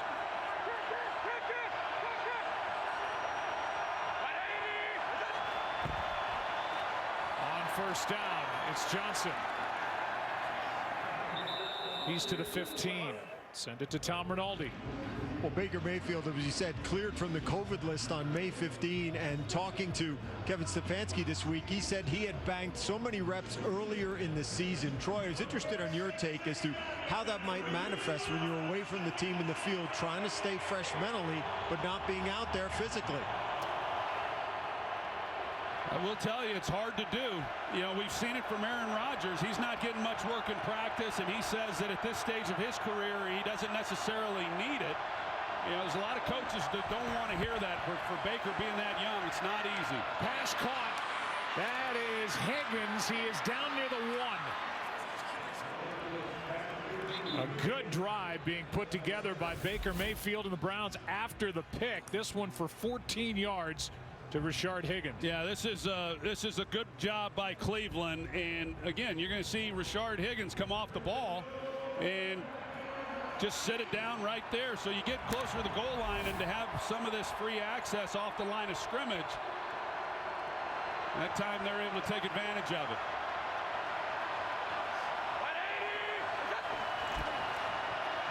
Mayfield out to his right, throws, pass caught, touchdown, tight end Harrison Bryant.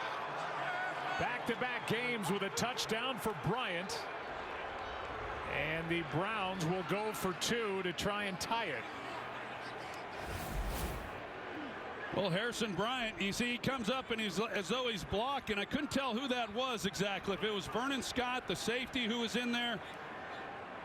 But they totally turn him loose, and they get you get careless with where you're looking and into the backfield.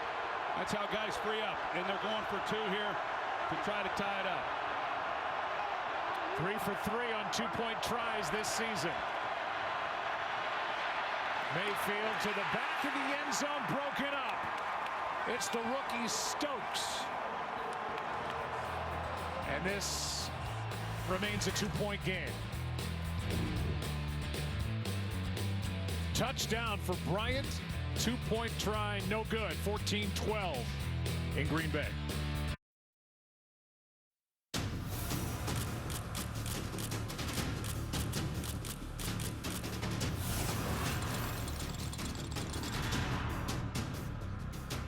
Cleveland Browns right back down the field and into the end zone. They've turned it over twice. They trail by 2.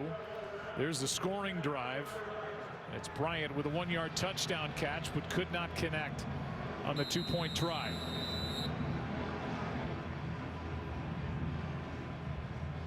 Amari Rodgers, the rookie, waiting for the kick.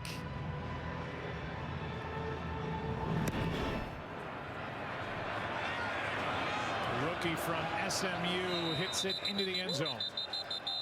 Let's go back to the touchdown. Yeah, I thought it was Vernon Scott. Instead, it was Darnell Savage right here, number 26. And it looks like he's going to be locked up then on Harrison Bryant. But you've got two Packers defenders who go to the flat. Eric Stokes, Devondre Campbell, he's doing what he's supposed to do. But Stokes then, so guys just are not watching their cues. And you're going to see Savage right here. He points to his eyes. And that's what he's saying to Stokes is you've got to lock in on what your assignment is, and when you start looking at the action in the backfield, that's how you lose players in the end zone.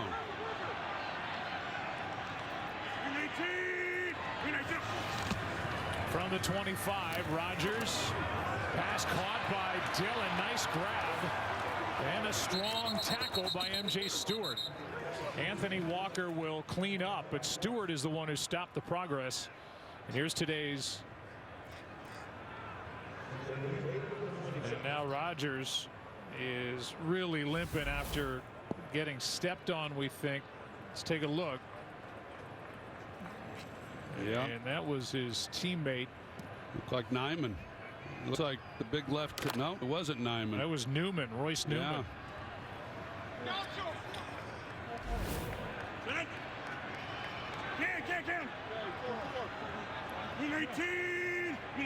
Second down and 8. And off to Dillon up to the 29, a gain of 2. You know, you can only imagine how painful that is. I mean, people at home, they know what it feels like when you stub your toe on a piece of furniture or something, and then imagine that someone's stepping on it with that, only he's doing it with a broken toe. You know, so I mean, he tries to take the necessary steps to be able to come out here and play each week.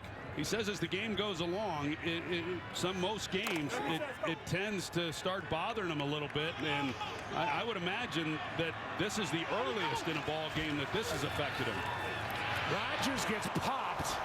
Pass is caught but dumped as Aaron Jones. Rodgers gets right back up as Stewart makes that play, a loss of 2, and it's 4th down. Yeah, they run a twist up front. It's just an outstanding job, and Rodgers feels it, but he knows he's got to get that ball out quick. Odenigbo is the one who runs the twist defensively and just has a straight shot. A good job after the offense is able to come away with the touchdown to come out and make a stop and get the ball back to your group. 5 minutes left in the half. Bojorquez will punt.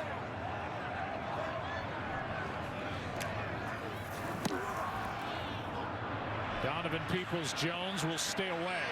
Takes a Packer bounce. Down to the 29. 44-yard punt. 11 yards on the roll.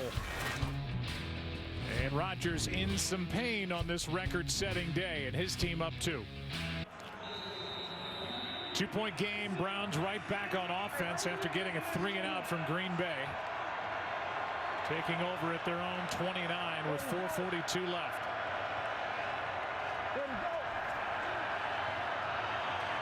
Mayfield's thrown 2 picks. Flag on the play as Chubb is brought down by Campbell. Devondre Campbell. Loss of a half yard, maybe a full yard. Here's the call. Holding.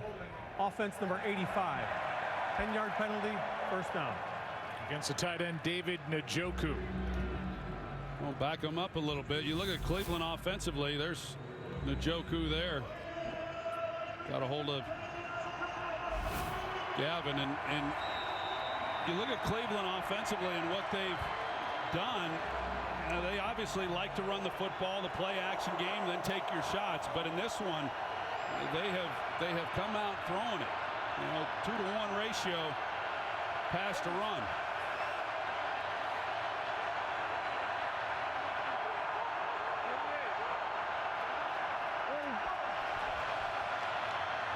Chubb over the right side with a blocker in front. That was Nick Harris.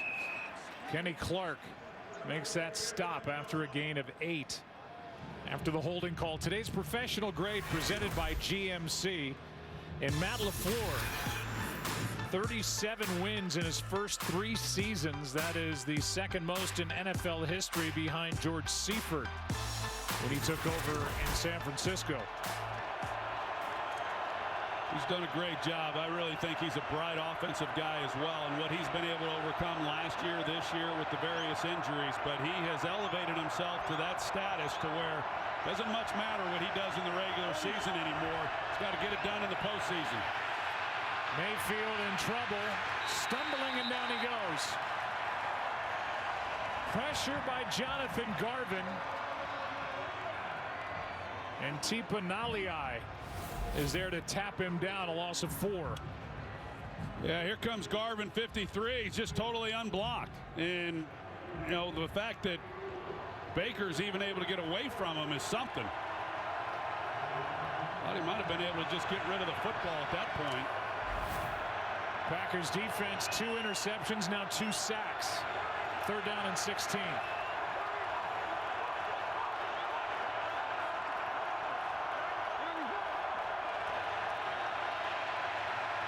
Mayfield throws, pass caught, and that's enough for a 1st down.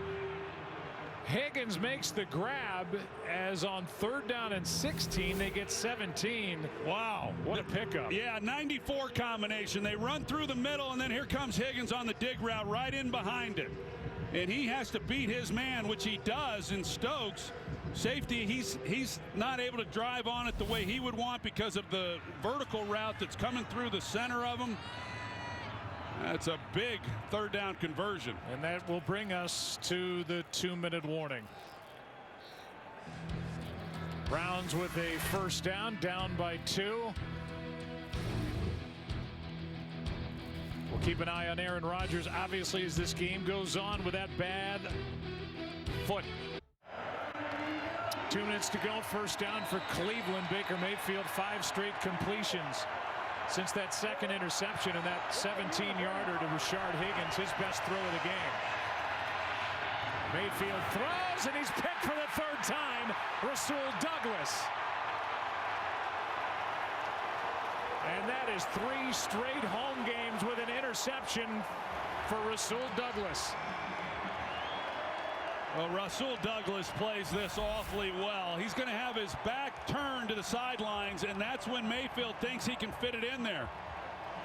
Now Landry, he's not expecting the ball, or at least he's not acting like he is, but when Mayfield comes out, he sees that Rasul Douglas has his back to the boundary and that he can drive it and put it on Landry right away. But Rasul comes off of it and makes a heck of a play. What an addition. Rasul Douglas, a former 3rd-round pick by the Eagles back in 2017, has been. He's got 4 interceptions now. 2 have been returned for touchdowns. And that's 3 interceptions over the last 4 drives for the Browns. Here's Jones on 1st down to the 46. You're going to see Rasul Douglas on the outside.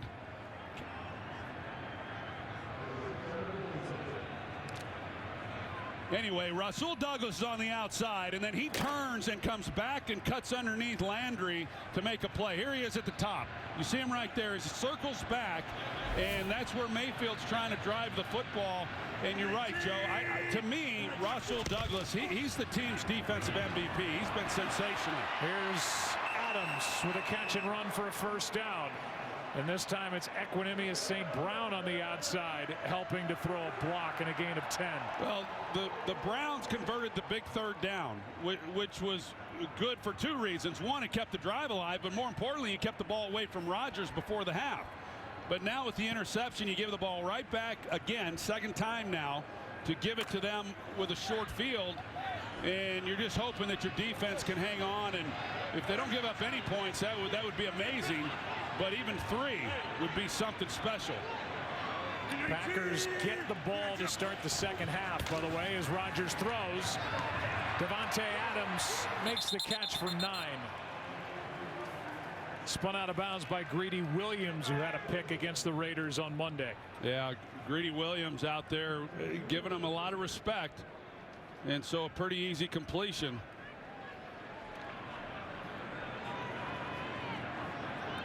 Minute 5 left. Packers have 2 timeouts, lost one on a failed challenge.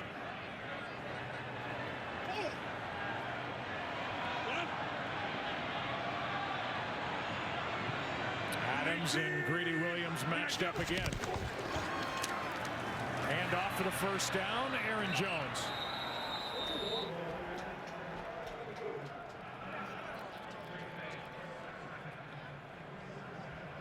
And a timeout is taken by Green Bay, and let's find out what's coming our way at halftime.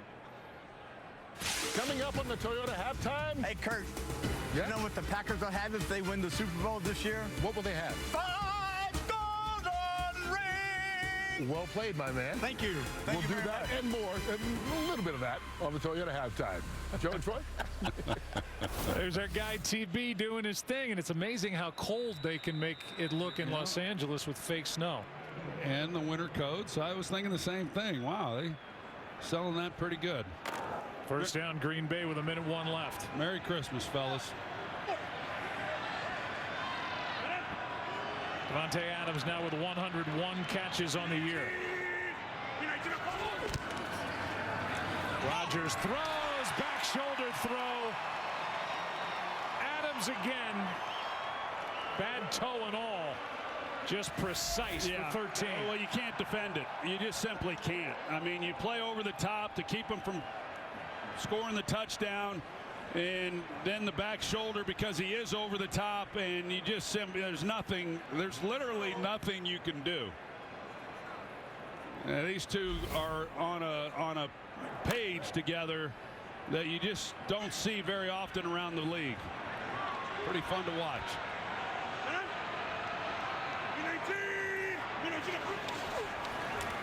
Rodgers, Jones, and a nice tackle. As the rookie Jeremiah Owusu-Koramoah made that stop, a gain of 1. Well, and I like him a lot. I really do. I think this guy is going to be a special player. He's physical. He flies around. When you watch them play, he always shows up. Makes a good play. They're on first down.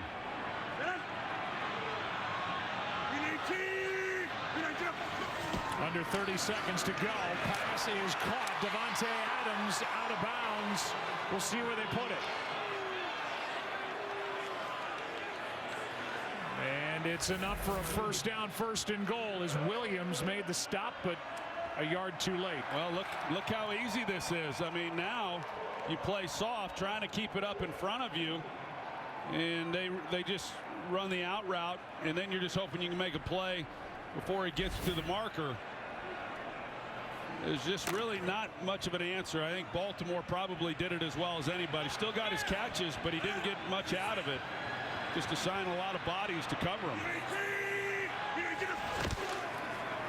Rodgers out to his right. Throws for Mercedes Lewis, incomplete.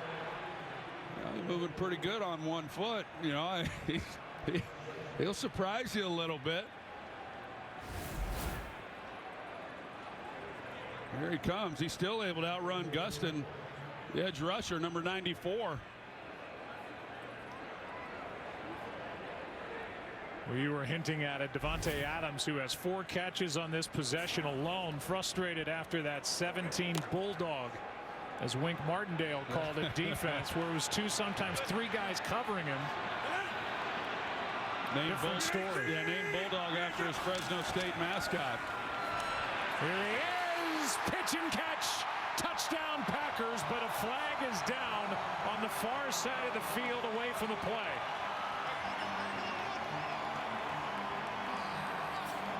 Here's the call. Offside. Defense number 25 was lined up in the neutral zone. That penalty is declined. The result of the play is a touchdown. 3rd of the game for Aaron Rodgers. The last time MJ Stewart got beat inside, or LeCount got beat inside, Stewart, he takes away the inside, and they run the out route. And so they just have an answer when you get down here. Now the ball's a little bit behind. He beat Stewart pretty badly off the ball, and so a ball that's even thrown a little behind is able to make the catch for the touchdown. Extra point is good. All 3 interceptions have turned into Aaron Rodgers touchdown throws. 1 to Lazard, 2 to Davante Adams. And we're right back after this from Progressive. Where else can I go? Got it. You got it. You got it. Where else can I go? You got it. You got it. You got it. Where else can I go?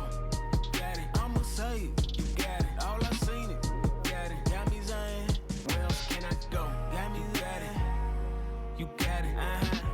You got it. Yeah, yeah.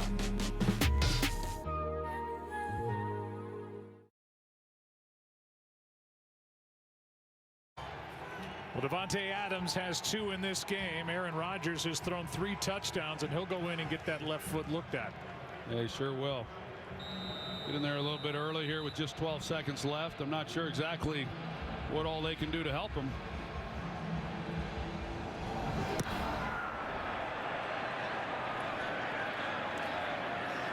Crosby dribbles it. The return up to the 29 by Demetric Felton. Well, you turn it over against the Green Bay Packers, and these days it's almost a direct recipe for a loss. The Packers have won 30 straight games when they win the turnover battle. They haven't turned it over yet. Meanwhile, Cleveland's thrown 3 picks, Baker Mayfield, and they've turned him into 3 touchdowns. Well, and it's why they are so difficult to beat. I mean, there's a lot of reasons, but when you don't turn the ball over, as I said earlier, the Packers, they're just one of the best in the league year in and year out because Rodgers doesn't throw the interceptions. You come into every ball game being a hard out. 21-12 at the half. 9-point game. Packers get the kickoff to start the second half. Stay tuned. On this Christmas Day, Toyota halftime coming up. Want more stats? Just ask Siri. Who leads the league in sacks? Welcome to the Toyota halftime. Let's go places. Well, at Lambeau Field on Christmas Day, Aaron Rodgers goes into the record books. That's his 443rd touchdown pass, most in the history of this storied franchise. The Green Bay Packers moves them ahead of Brett Favre. He also threw 2 more in that first half, and right now the Packers have a lead of 21-12 as we welcome you to the Toyota halftime show. Kurt Menefee here with the gang at our manufactured snow field here on the Fox lot in Los Angeles. Hope that you're having a Merry Christmas. Right now, I tell you what, Michael, the way Aaron Rodgers is playing this first half, he and the Packers are very merry. Yeah, he's making it look easy. We said in the pregame show, he just makes it look easy. This guy just, once the ball's in his hands, he makes such quick decisions, and his release is so quick, and he is so on time. 33 yards there to Davante Adams. Here, 11-yard touchdown to Lazard, and just the flick of the wrist, doesn't step into it, but it's so accurate with his throws, it's almost indefensible. You know, the bottom line, really, if you look at the first half, Jimmy, 3 touchdown passes for Aaron Rodgers, 3 interceptions for Baker Mayfield. Yeah, Kirk, that's the difference in the ball game, you know, and part of it's decision-making, part of it's arm strength. You look at this one right here. I know he complains that the receiver got held, but he's no pressure on him, nobody back in the backfield. Rather than take the crossing route, which would have been a big gainer, he tries to throw the ball down the field. Right here, he doesn't step into the throw, but he tries to really gun it, and he overthrows it. It's a high ball, another interception. On this one here, he's falling back when he makes the throw. He tried to throw the wheel route, but he doesn't have enough strength in his arm to get it there. It's an underthrown, another interception. Yeah, I think the natural feeling for, I think, Baker Mayfield is to try to match Aaron Rodgers. And the key to this offense is Nick Chubb, both in the air and on the ground. Here, just a quick screen pass, 40-yard reception, 27-yard run on a unique play design. Take that run game, take him in the passing game, and work the short, manageable passes for Baker. Do they have enough firepower, Terry, to come back if they rely only on the running game?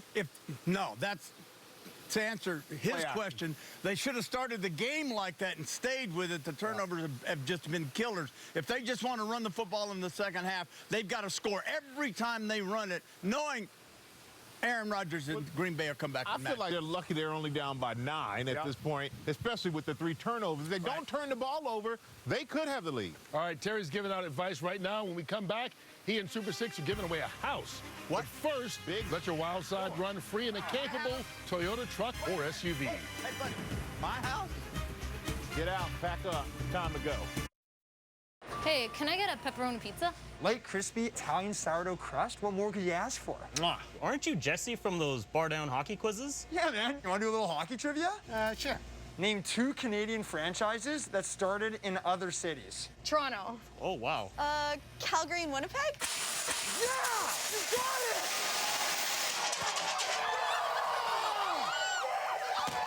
Come into 7-Eleven and find out how you could win one of 8 $2,500 road trips. The NFL Christmas doubleheader continues next, only on NFL Network, as Jonathan Taylor and the Colts take on Kyler Murray and the Cardinals in a matchup with big playoff implications. The NFL Christmas doubleheader continues next, only on NFL Network and the NFL app. I'll be coming home for Christmas. Pack my bags, I'm ready to go.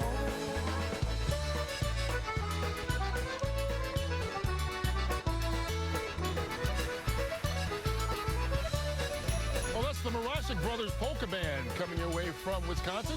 We're here in Los Angeles, and we got another state to mention right now, Oklahoma, because someone in Oklahoma, Louise, you have won a brand new house in today's Super 6 sweepstakes, pending verification of eligibility.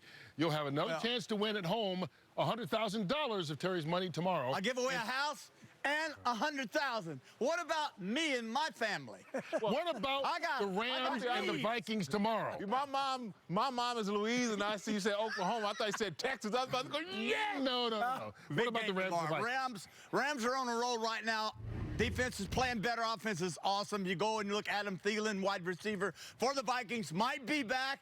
Dalvin Cook, great running back. That is the one guy that Minnesota couldn't afford to lose. He's gone. Advantage Rams. Watch their pass rush. Minnesota's pass rush will give the Rams the problems. All right, that's one of our big games on Fox tomorrow. But first, another half coming your way from Lambeau Field, where Aaron Rodgers and the Packers lead it by 9 over Baker Mayfield and the Browns. Thanks for watching the Toyota Halftime. Let's go places.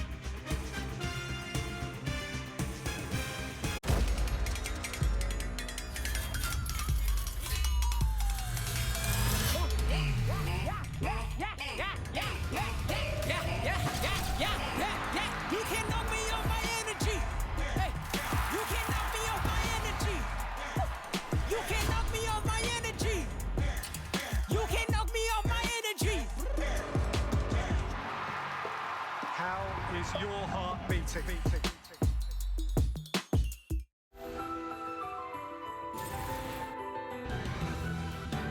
Chubb, what a start for the Browns. Pass is caught. Touchdown! History for Aaron Rodgers on Christmas Day in Lambeau. Adams touchdown. Pitch and catch. Touchdown Packers. Well, that was today's game flow brought to you by Progressive. 9-point game at the half. Packers get the ball to start the second half. And we welcome you back to Lambeau Field and inside the booth. I'm Joe Buck. That's Troy Aikman. And, well, the yards are basically even from that first half, but 3 turnovers by the Cleveland Browns, and that led to 3 touchdown passes by Rodgers. Yeah, no, I think Cleveland did a lot of good things on both sides of the ball. Defense has done pretty good, you know, all things considered, with the guys that they have that aren't playing tonight. Baker Mayfield's done some good things, but the 3 interceptions have just killed him. And so now you look at this third quarter to start the second half, and Green Bay's getting the ball, and it's a huge possession for Cleveland defensively. I mean, I just feel like they've got to keep Green Bay out of the end zone, or this game's going to run away from them in a hurry. Rodgers got that early start before the end of the first half to get that foot looked at. There are the stats and the total yards, but the takeaways, the points off. The story of the first half. Yep.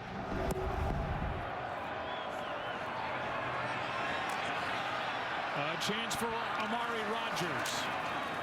Brought down near the 25, but flags fly as they typically do on kick or punt returns.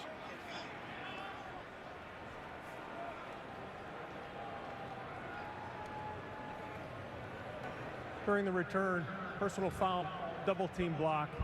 Number 27 of the receiving team. It's half the distance to the goal line. Green Bay has the ball. First down. Let's send it down to Aaron Andrews. Well, as Aaron Rodgers takes the field, his head coach Matt LaFleur telling me that broken left pinky toe is as good as it can be. He just went into the locker room and get a little maintenance on it. He said, yeah, he was stepped on. That was the problem. Now, defensively, Matt LaFleur telling me, you know, great on the 3 takeaways, but these big chunk plays, he said what we need to do is tackle better and challenge on the pass here. Aaron, thanks. We'll check in with Tom Rinaldi in a moment as this drive starts at the 10. Here's Rodgers handing to Aaron Jones. Big play over the left side out across the 30 and brought down eventually at the 36. A carry of 27 yards for Aaron Jones. Well, they blocked the edge awfully well. Tyler Davis, the tight end, and he secures it. They get the ball out to Aaron Jones. Nobody's out there in support, and he gets the edge and a nice gain. Greedy Williams missed a tackle along the way. And just like that, from their own 10 out to their own 36.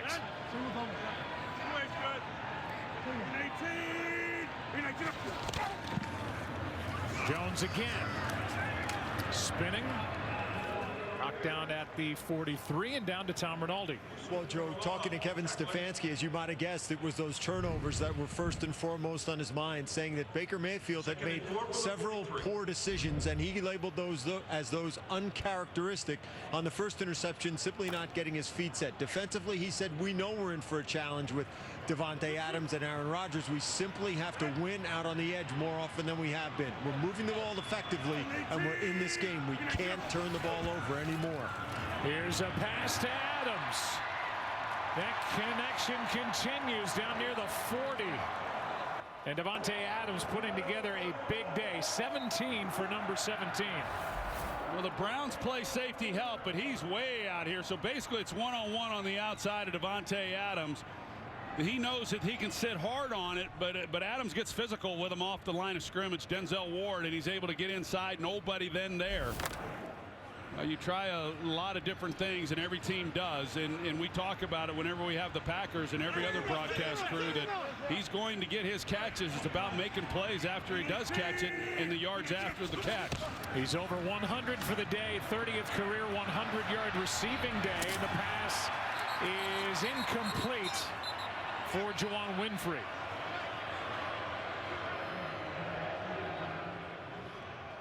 Wide open, but Rodgers could not get it to him before the ball hit the grass. Yeah, you see Aaron shaking his head. Anytime he doesn't complete a pass, he just holds himself to a high standard. That was a throw. He has such a strong arm that we see him make throws even when he's not able to really use his legs or his lower body. That time he just was not quite able to put enough on it when he was under pressure. Matt LaFleur doesn't know whether to throw the challenge flag or not. He's got it in his hand, and now he puts it back in his pocket. Now he's going to throw it. He never got a great look at it on the video board on the scoreboard. Maybe somebody upstairs told him to challenge it. I think he was trying to get communication upstairs to tell him whether or not he should. I was going to say probably best he didn't challenge it this early. Let's take a look at it, but I don't know he got much upstairs as to whether or not he should. It's a challenge by Green Bay, and it'll be the last challenge by the Packers either way. Get the call when we come back.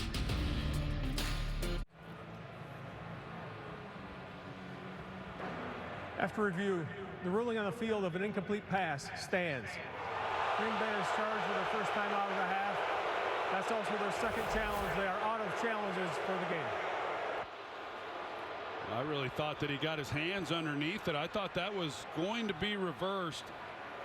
Comes maybe out right after that. I thought it was going to be ruled a catch. I'm a little surprised by that, but you know, when you make that decision to challenge it, you realize you're giving up a tight end, or excuse me, giving up a timeout in a game that you could use that at the end. You now no longer have any challenges left.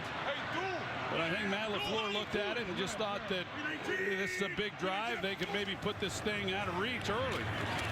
Here's Aaron Jones, cuts back after the catch. He takes it down to the 30 and has enough for a first down. You know, I probably shouldn't say out of reach, but more that what Cleveland's dealing with and what we've seen, it's going to be hard for them to score many points. So it's like I said, coming out to start this half, how important this drive is for Cleveland in order to be able to make a stop and not go down 7 more points.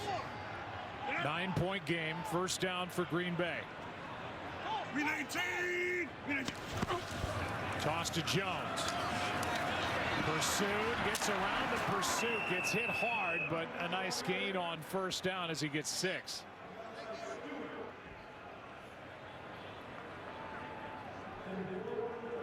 Second down and 4. And A.J. Dillon checks in. Aaron Jones comes out. Yeah, give him a little bit of a break, and you look at Cleveland. They're not a big blitz team, but I'd have to believe that Joe Woods is going to try to do something now that they're already in field goal range. Here's Dillon.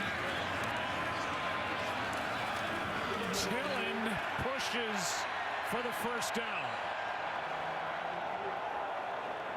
Well, what a combo. Oh, man. Yeah, he stood up, and they just keep, he's got the whole crew up front just moving the pile.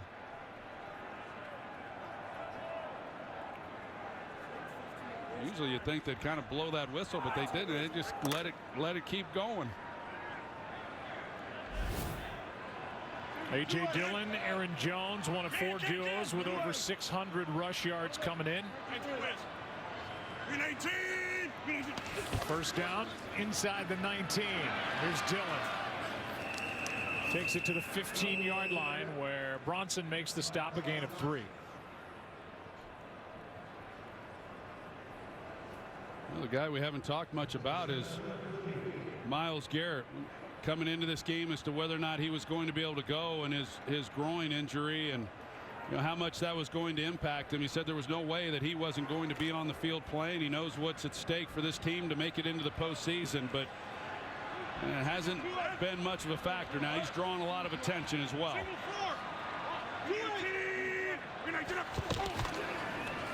Quick throw, DeGuara hit and dumped by M.J. Stewart. Gain of 1. Really nice job. That's what I saw watching him on Sunday last week. Or I guess, what was that, Monday? There were a few games this week that were played. Yes, Tuesday. Monday. But yeah, he did some good things in that game. Physical player. Comes up and makes a nice play. So, you know, here we are again in a 3rd down situation. A critical down right now for Cleveland. Just haven't been able to make enough of these stops. Rodgers' first 2 touchdown passes came on 3rd down.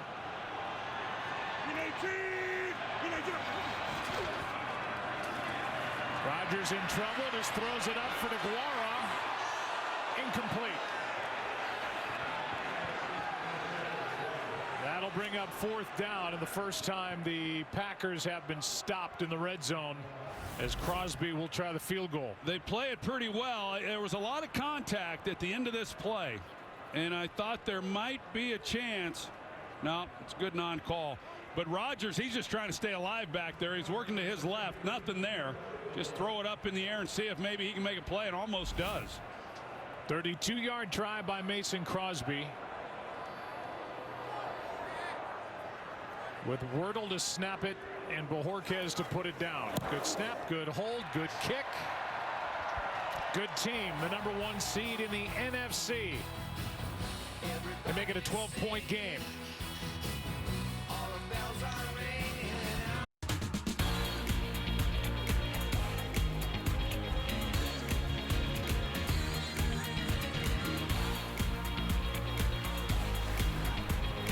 Little then and now on Christmas Day at Lambeau Field. Packers now lead by 12. Packers now have scored at least 24 points in 12 of their 15 games. And with 9:12 to go in the third quarter, the Browns about to get it for the first time in the second half. Felton from the goal line. Daylight closed in a hurry, and a good job by the embattled Packers special teams covering that kick. And we'll give you a little cause and effect. The interception by Savage. The touchdown by Lazard. The interception by Sullivan. The touchdown, first of 2 for Davante Adams. The interception by Rasul Douglas. Adams again. Starting to see a trend. Can't get anything by you. Doesn't matter the holiday or the day of the week. Sharp as a marble. Here is Chubb off to the right. Well, they got to get going. I mean, you look at this, Joe, and Fenton decides to return it, and he doesn't get much out of it. And I really thought coming into this game, and you touched on it just a moment ago, with the problems the Packers have had with the special teams, that was an area where Cleveland needed to take advantage, and they just haven't been able to do it. So the offense has had their issues with the turnovers. Now they're backed up to start this possession to start the second half. And then, of course, they missed the extra point. They're chasing that as well. Mayfield throws, pass a little bit behind, but caught. That's the tight end Hooper. His second grab, a gain of 5. Just to kind of put things in perspective, Mayfield today, 17 pass attempts. He's thrown 3 interceptions. Aaron Rodgers, in just under 470 for the year, has thrown 4. 2 of them came week 1 against the Saints. 3rd down and 2. That's not really a fair comparison, I don't think. Hey, I just read what they put on the screen. It's all right. That's what I do too. Mayfield out to his right. He's got the first down plus. Browns needed that 13-yard carry by Baker Mayfield. That's a season long. Yeah, they sure did. I mean, they need to get something going. They need some chunk plays, and they're locked up in man coverage. And you see Baker, he's able to get outside the pocket. Nobody then accounting for him, and he knows that, and then he takes it. They have moved the football. They had struggled the last 3 weeks to really get much going offensively. They had 200 yards of offense. Just the turnovers. Toss to Chubb. A lot of room out there, Troy. When this offensive line is healthy, they are arguably the best in the NFL, and they've got one of the best offensive line coaches maybe ever in Bill Callahan. But they're not healthy. They're still making do here on the road at Lambeau. Yeah, Bill Callahan still getting it done. Joel Bitonio, he moved out to left tackle last week. He's out there again tonight. And Bill Callahan, like you said, one of the most respected offensive line coaches to ever coach in the NFL. But yeah, it's a good unit. This is a good football team when they're fully healthy. Here's Chubb, first down carry up near the 49. The NFL Christmas doubleheader continues next, only on NFL Network. Jonathan Taylor and the Colts take on Kyler Murray and the Cardinals, a matchup with big playoff implications. NFL Christmas doubleheader continues next, only on NFL Network and the NFL app. Indy right now, the number 5 seed in the AFC with a record of 8-6. Arizona, the number 4 seed in the NFC. Browns at almost 7.5 yards per carry. Add to that as Chubb takes it inside the 40. Picks up 13. Well, they go 3 tight ends, and they just run the ball right behind it and get out on the edge. And they're starting to now do the things that I really thought they were going to do in the first half. Hard to argue with what they did. Like I said, they had success moving the ball. It was just the turnovers, the interceptions by Mayfield. But they are now going back to the running game. That certainly helps settle down a quarterback, get some things going, and they're having success doing it. Chubb had the big run earlier, 27 yards. But he's averaging close to 7.5 yards a carry in this game.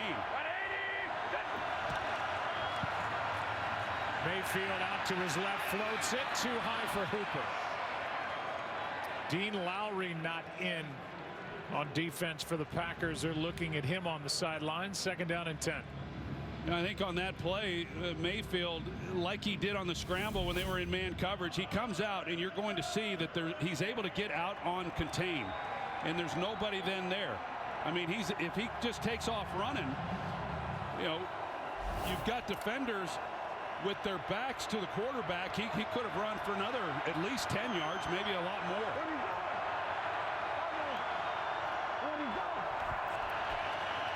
Hand off to Johnson. Nice caught by Dearness Johnson.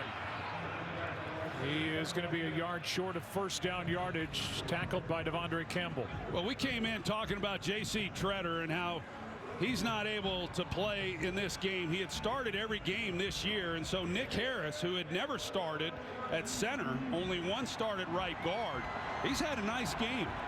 You know, it seems like every time you look up and they're moving the football on the ground, he's involved and he's making a key block. He's had a good showing for himself. Tretter, who spent his first 3 years with the Packers, had made every start since signing a free agent deal with the Browns in 2017. 3rd down and 1. Mayfield keeps, throws, pass is caught for the 1st down. As that's a fullback, Andy Janovich. You know, I do think that Mayfield, even though he says that shoulder feels pretty good, he's wearing the harness, and when he's throwing to his left, when you watch him in these games, he struggles a little bit, and rightfully so. I mean, you can imagine not being able to open up that left shoulder, and there he is trying to, and that's why sometimes, you know, the ball gets pulled down a little bit. Sometimes he's not as accurate with the football. I think that harness is a big reason why.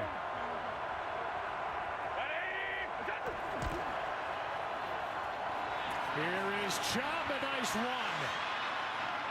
Well, he's had a good game. Takes it to the 14-yard line and gets 14 more yards.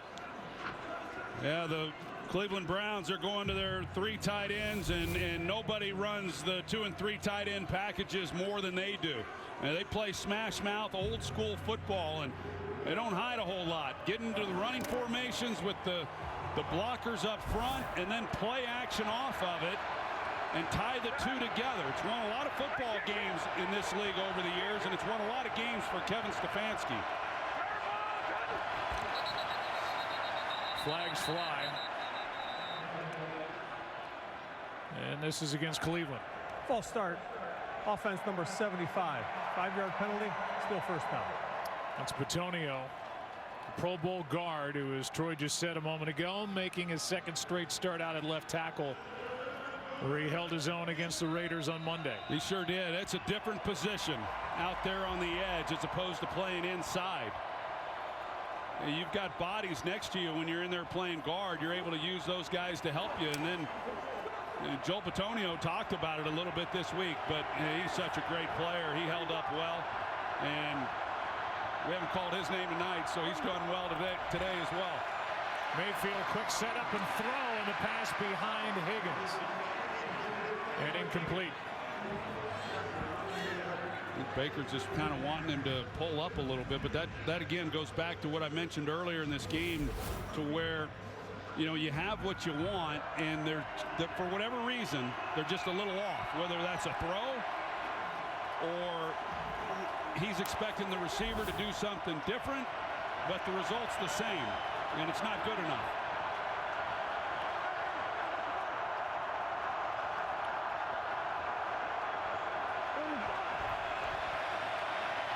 On 2nd down, pass over the middle is caught. Hooper. A nice gain on 2nd and 15 of 10. Just seems like Austin Hooper is Mayfield's security blanket. And I had that in Jay Novacek, and when you've got a tight end who you just really trust and he's going to win for you, well, you look for that guy in these kinds of moments. I wouldn't be surprised if they come back to him here. He's on the end of the line right here.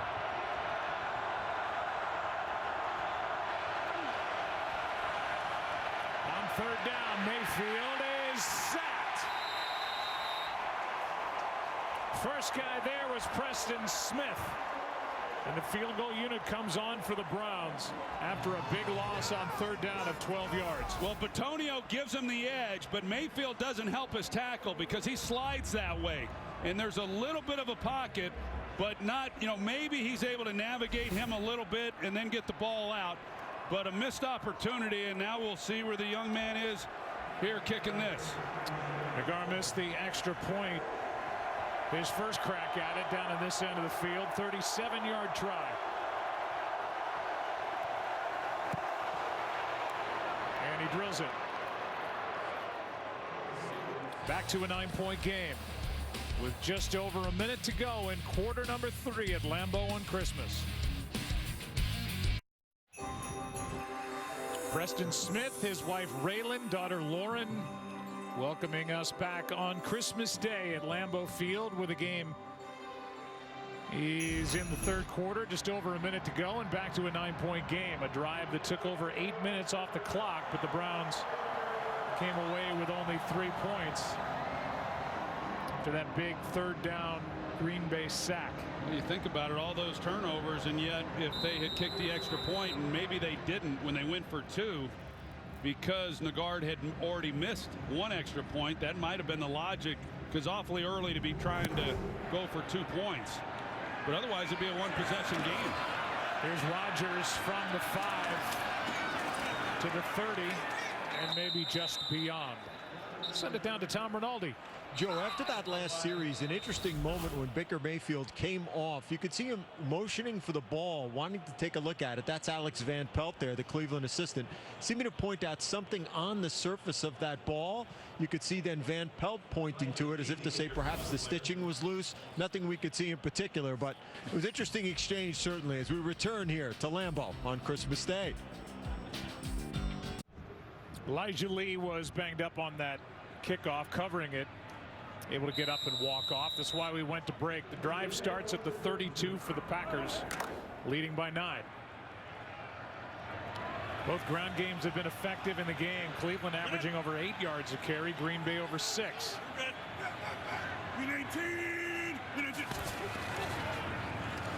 Here is St. Brown, and Equanimous is swallowed up in the backfield, and the first guy there was Joe Jackson. A loss of 9. Yeah, such a great job getting penetration into the backfield, try a little misdirection and loses yards. Great start for Cleveland defensively. I thought coming into this game, Joe, that the pass rush for Cleveland was going to be huge, of course, and Myles Garrett banged up.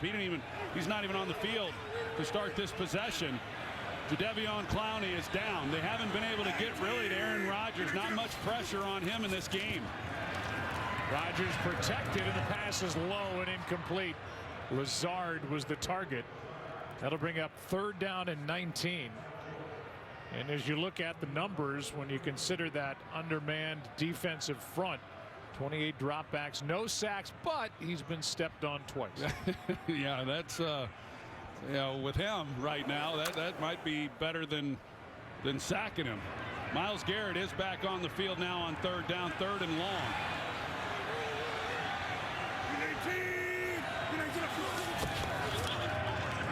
Rodgers underneath. Adams. 4th down. Good job by this Cleveland defense, and was set up on that 1st down play that lost 9 on the tackle by Joe Jackson. Yep. Save it. Just save it, Troy. 4th quarter's coming up. You okay? Happy? Merry Christmas. Yeah. NFL Christmas special on Fox. Back after this.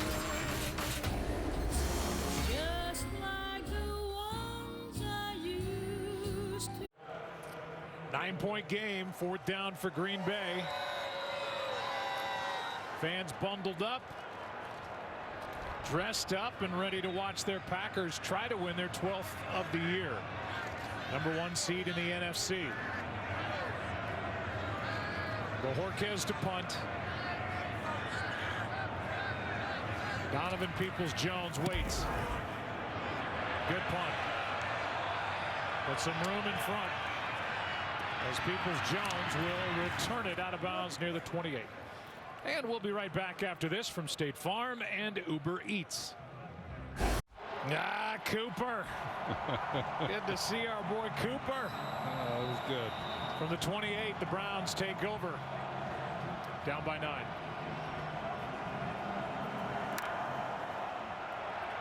Browns in the game here in the fourth quarter.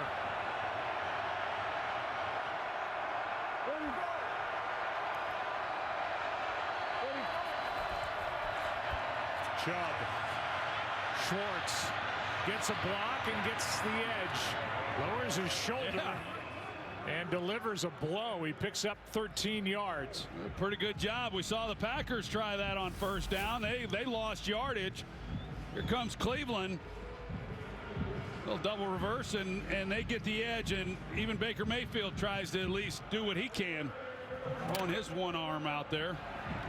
But Schwartz, he finishes it off strong. Lowered his shoulder into Adrian Amos.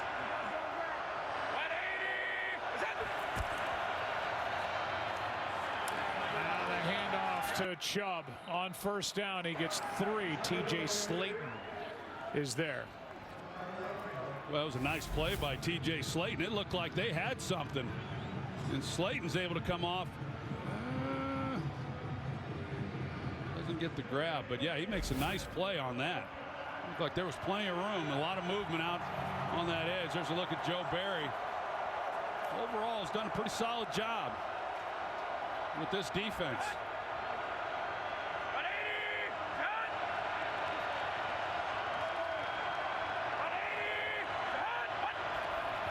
Second and 7.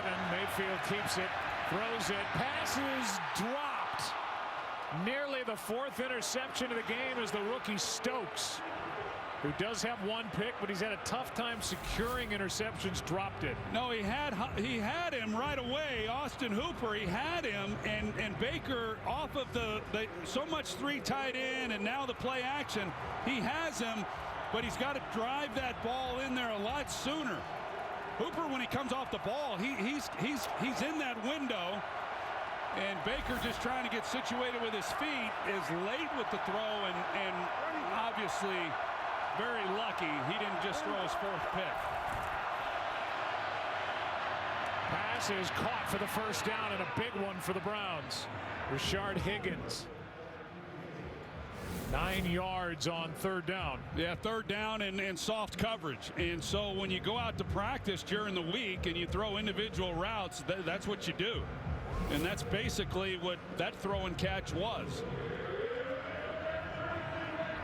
The ball came out at the very end, but remember, Green Bay out of challenges, even if they wanted to have the officiating crew look at it.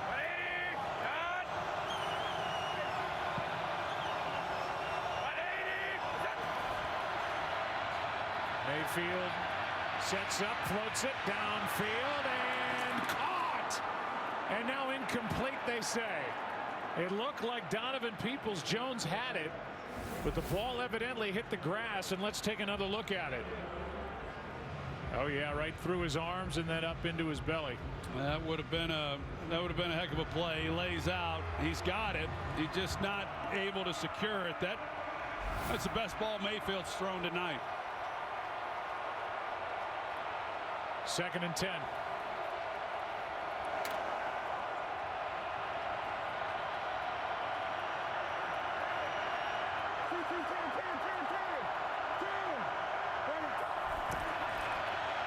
Here's Chubb. This is the closest a division race has been at this point in the season in 44 years. With 1 game separating first place from last place in the AFC North. This isn't a do-or-die game for the Cleveland Browns, but they'd love to have it on the road. They have divisional games to end their season at Pittsburgh next, and then at home against Cincinnati. Right now, in last place in the division. 3rd down and 7.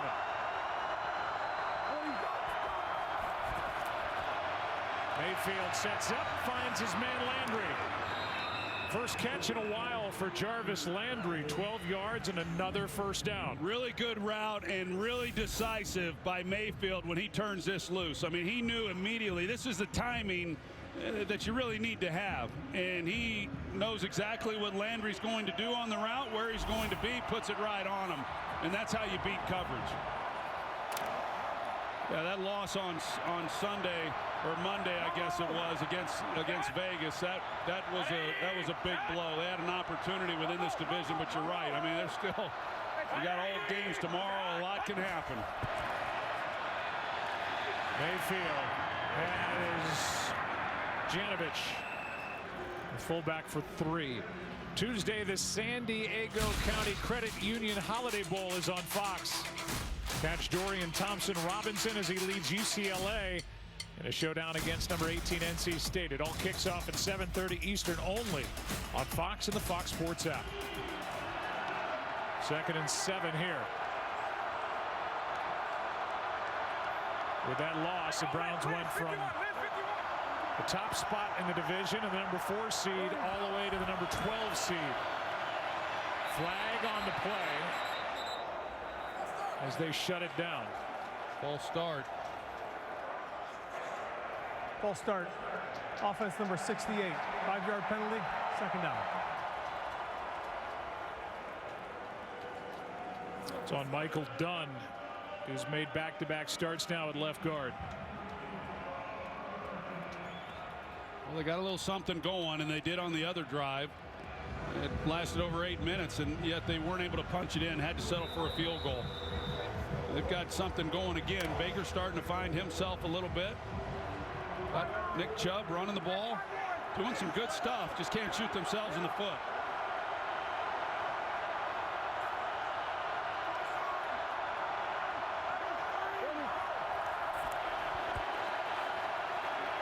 Mayfield out of time. Down he goes. Preston Smith. Loss of 2. You get the inside pressure, and it is really hard then on a quarterback. Kenny Clark, here he comes. They're doubling on him. They got 4 hands on him, and yet he's able to split the double team. And that's what gets Mayfield moving, and then Smith comes in and finishes him off. That's 4 sacks for this Packer defense.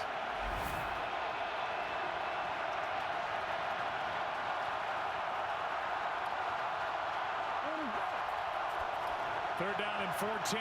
Mayfield has to pull it down. Down he goes. Lowry. I don't know if they would have tried it or not. It was about a 52, 53-yard field goal from there if it was an incomplete pass. And Baker has to know that. This is the last thing you can do here is take the sack if, in fact, there was thoughts about kicking a field goal. But they're hanging in there here on 4th and long. 4th and 22, and they're going to go for it. Yeah, this is pretty much, when you give the ball to Aaron Rodgers here, you're asking a lot from your defense. They were 2nd and 7 at the 28, and they're 4th and 22. Flag on the play. It came in late, too. Definitely was either a false start or offsides on the Packers.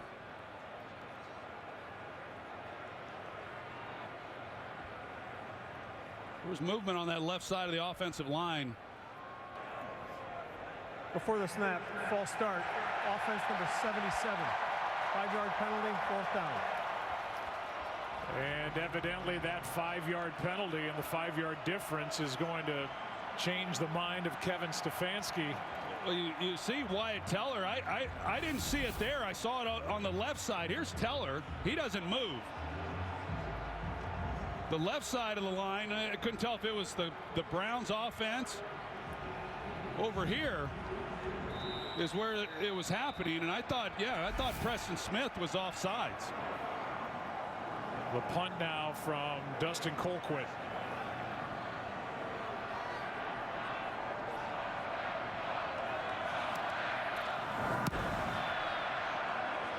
Line drive punt. Rodgers on the return to the 20. Well, the drive was going well until that false start, the sack. Wyatt Teller upset. Browns punt it away, down 9.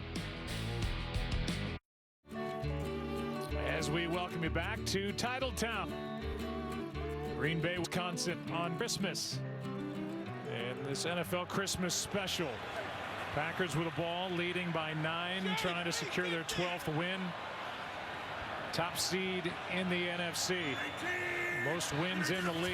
And from the 20, they hand off to Aaron Jones. Tackles made by Joe Jackson, and we'll send it down to Aaron Andrews. I had a chance to speak with Greg Jennings this week. Of course, he was the first player to catch an Aaron Rodgers touchdown. It was on November 29th, 2007 against Dallas. Brett Favre went down.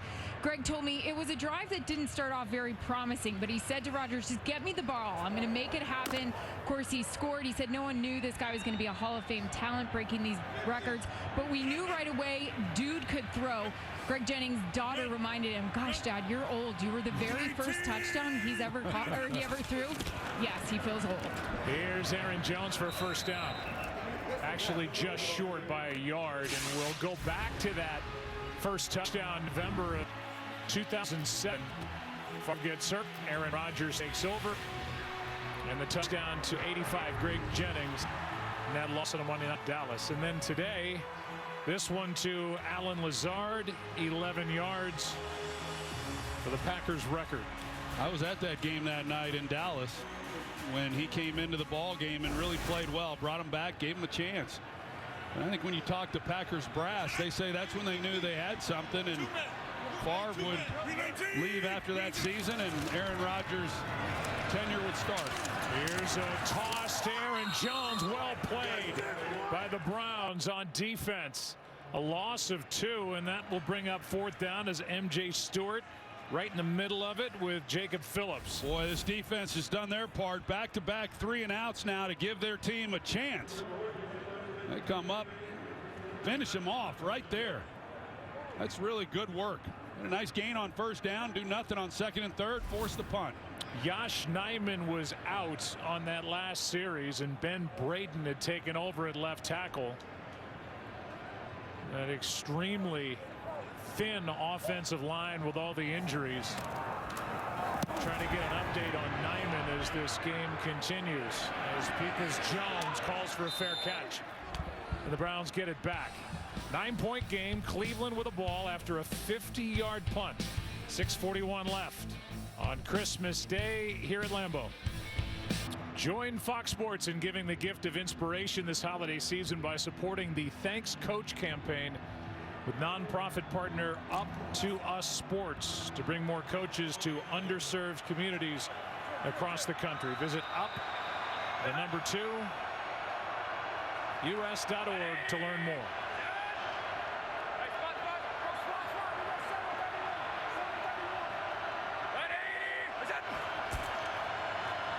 On first down, Chubb breaks 1 tackle and has 10 plus. He gets 12 over the right side as Devondre Campbell makes that stop. And before the game, a nice moment for Aaron Rodgers and Alex Van Pelt, now the offensive coordinator for Cleveland, 6 years an assistant coach with the Packers, including quarterbacks coach for Aaron Rodgers from 2014 through 2017. As Chubb now tries the left side on first down, picks up 8. Quite a friendship those two share. Alex Van Pelt, who called the plays for the game last week, while Kevin Stefanski was out with COVID. Second down and 2. Here is a screen for Chubb. Takes it into Packer territory, out of bounds near the 45 as he gets 11. Well, it's pretty good. It's the Nick Chubb drive right now. They give him the ball a couple times. He picks up some nice yardage on the ground. They don't abandon that. And then an easy screen pass to him. You got a man down right now. It's Tyler Lancaster. Yeah. This will give the defense a chance to kind of regroup, but the Browns kind of sticking to their game plan right now, which they can. 5.5 minutes to play. They just got to get in and out of the huddle, but they've gotten nice gains on the 3 plays they've run. Good start to this possession for the Browns as they trail by 9. First down at the Green Bay 45 when we come back. Well, good start to the drive, but the Browns were in field goal range the last time they had it. 2nd and 7 at the 28, but 2 sacks and 2 false starts led to a punt. Pass is caught. Higgins with a catch and then a lunge as he picks up 10.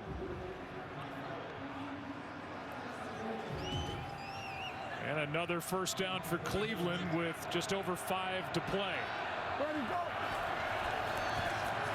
Mayfield, Donovan Peoples-Jones with a diving effort. Incomplete.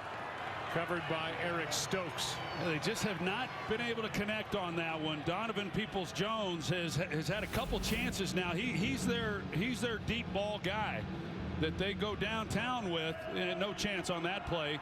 Earlier would have been a heck of a play down the field that he got his hands on, but they just have not been able to connect with him in this game. But right now at the 35-yard line, Cleveland's knocking at the door to at least make this a game. You know, assuming the guard can make the field goal, if that's what they end up having to do. Mayfield throws, and it's off the hands of Nick Chubb, who is averaging almost 10 yards per touch in this game. Now it's 3rd and 10. That just gets out a little bit too much, and Chubb's not quite able to get to it. But I think right now, clearly you want to pick up the first down. But if you're not able to, if you don't like it, just anything added to this, giving the guard a chance to do it. But then Stefanski has to make that decision as to whether or not he tries it or goes for it on 4. Here is D'Ernest Johnson.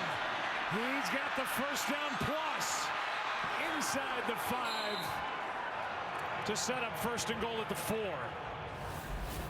How about that play call by Kevin Stefanski? I'm not so sure he's anticipating that this was going to be enough to get a first down on a 10-yard run, but help out on a field goal and make it a 1-possession game. Instead, it's executed perfectly. Boy, total confusion for the Packers, and a touchdown to Schwartz. Packers were not ready at all for that snap, and Anthony Schwartz finds some Browns jerseys to jump into with his own Lambeau leap. And this is a 1-possession game.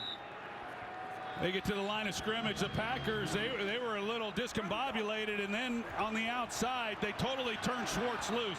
He's expecting here Russell Douglas. He's going to play inside out, and I don't know if he just took a chance or there's total confusion, but the whole defense was, and Cleveland takes advantage. 2-point game again. The 30-yard run on 3rd down and 10 by D'Ernest Johnson is what set it up. Yeah, they had a few good runs on that. I mean, that didn't take any time, and they were patient with what they were doing. I mean, they got to the ball, but they did not abandon the run. They still ran the football. Here's the touchdown, and just total confusion up front. I'm not sure exactly why. Russell Douglas, I don't know if he was just freelancing a little bit and thought he was going to go to the inside slot receiver maybe on an out route and he could pick one off, but he let Schwartz get in behind him. And this is starting to look a lot like it did last week for the Packers against Baltimore. You know, they had things under control, doing a pretty good job, and all of a sudden the Ravens come right back and have a chance to win in regulation had they have gotten the 2-point conversion. First career touchdown for Anthony Schwartz. And then a Lambeau leap into some friendlies down behind the end zone.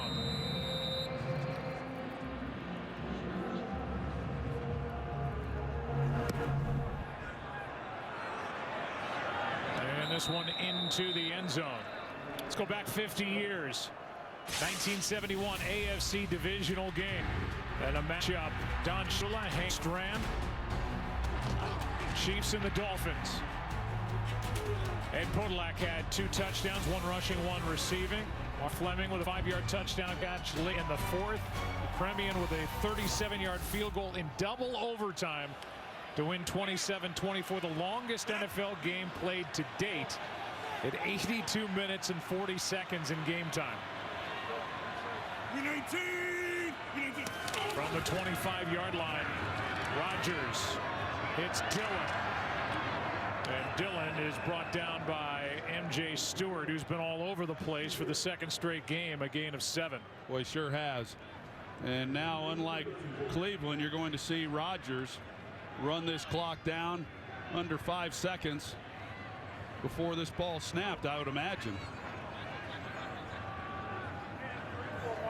Good to see Josh Nijman back out there at left tackle for the Packers.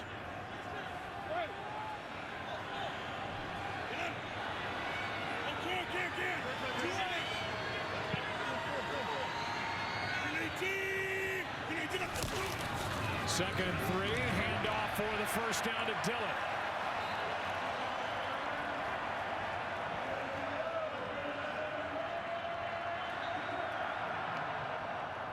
Pretty good up front.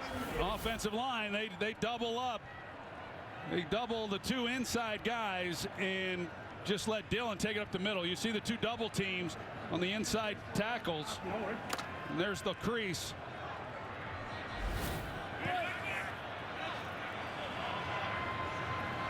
Browns have 3 timeouts.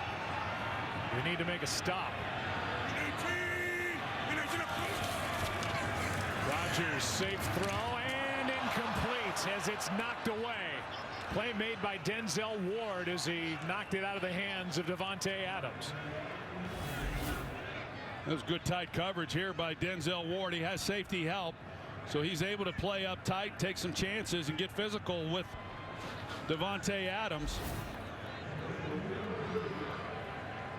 Stops the clock with 3:02 left. Yep. Second and 10.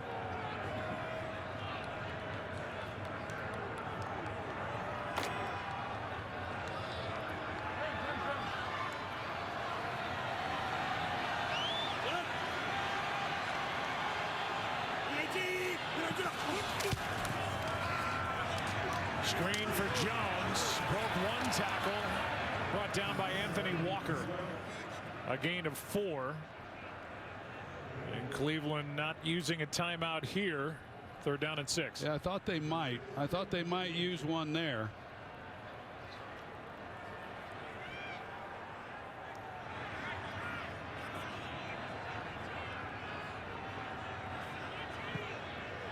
Cleveland's been good tonight on 3rd downs. Packers converted 3 of 9. Of course, the last 2 have been 3 and outs.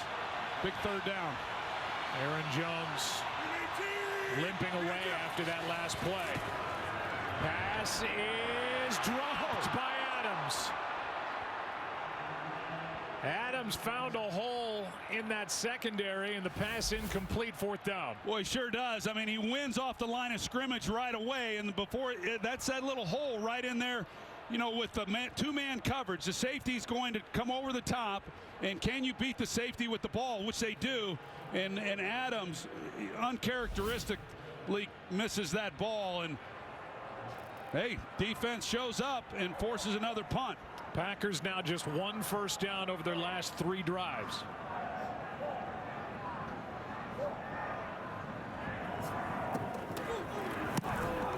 Unease in the stands. Here's one that comes out ugly. Returned by Peoples-Jones. 8-yard return after just a 41-yard punt. Well, we get a lot of big names here, like today's fans in the stands. The Frick brothers. We haven't seen this new show on Tubi, starring Woody Harrelson, Pete Davidson, John Goodman, Tiffany Haddish. You're missing dopest comedy around. Skim the Frick brothers free on Tubi. From the 25 now, 2:05, 3 timeouts, down by 2. Well, you look at it and you say just over 2 minutes to play, but yeah, they've got their timeouts. They've run for 200 yards. They're averaging 9 yards a carry. Why not? Remember, the Browns have a rookie kicker making his NFL debut here today. First down carry for 4 yards. The drive has begun. 2 minutes left here at Lambeau on Christmas. Well, there's a young kicker who started his collegiate career at Texas, ended at SMU. Signed by the Jets. Cut loose been with the Cleveland Browns on their practice squad and called up as Chase McLaughlin is out and on the COVID list. His debut here tonight. Give you more on him in a second. Second down and 6. Another nice run by Chubb as he's got a first down for Cleveland. For Nagar, his long in his collegiate career is 48 yards. He hit from 54 in this direction during the pregame warm-ups. Here's Chubb left side on first down and a gain of 4. This offensive line, I mean, it goes without saying when you've rushed for 220 yards of offense. I mean, it's crazy what they've been able to do. And Nick Harris, if there were any concerns about him, he has played amazingly well. Pass was behind and open David Njoku. He was open, now third down and 6. Yeah, he was open, and that's what I'm saying. Just too many of those missed opportunities that should just be routine. Browns are 60% on third down in this game. They led 6-0 early, trailed by 12 in the third quarter, now down by 2. Mayfield, Chubb makes the catch, wrapped up by Campbell, and we'll see where they put it down. Looked like he got enough. It's awfully close. Yeah, no signal yet for first down, and now they're going to measure, it appears. Yeah, it looks to me, well, now are they or are they not? I mean, they're going to the line. I thought he picked it up. A good read by Mayfield, because they dropped Savage in, taking away the inside throws. But yeah, it looks to me like he got it. 101. 101 on the clock, please. Had a pretty good look at it there. Thank you. They've got third down up. Yeah, they haven't moved the sticks. It'd be 4th and inches if they're trying to figure out what they're doing. Matt LaFleur was on the sideline trying to find out if it was a first down or not. And they are going to bring I mean, everybody has over. You have to know. I mean, you have to know if you're on offense for sure.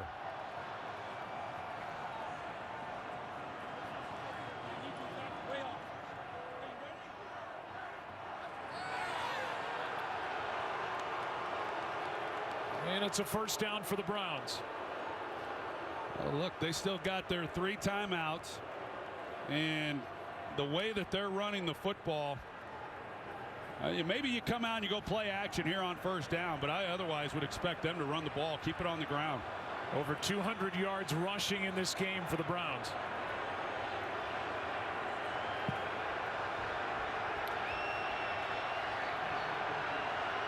Dearness Johnson in the backfield.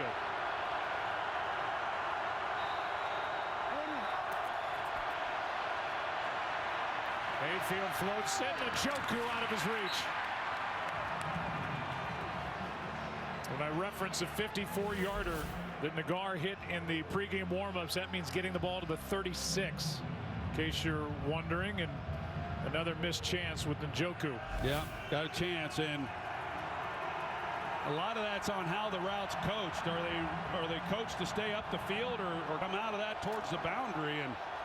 But these games get won and lost on making those kinds of plays.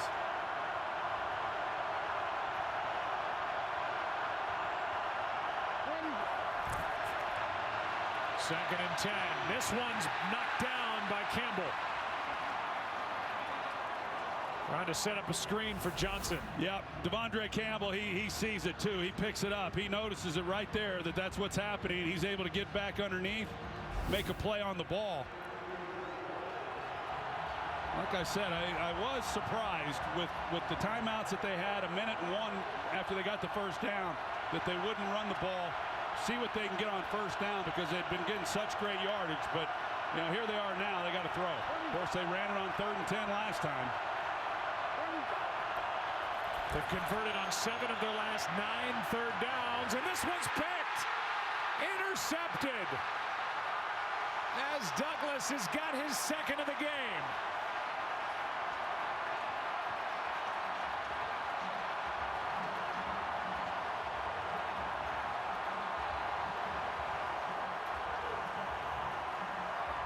And on the first 4-interception game in the young career of Baker Mayfield, the Packers take over, and they're less than a minute away from their 12th win of the year. Well, I think he got away with one.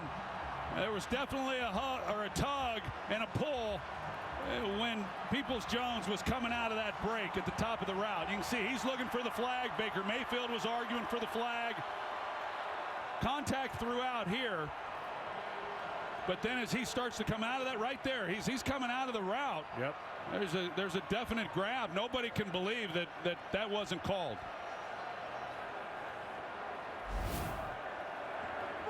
Four interceptions for this Packer defense.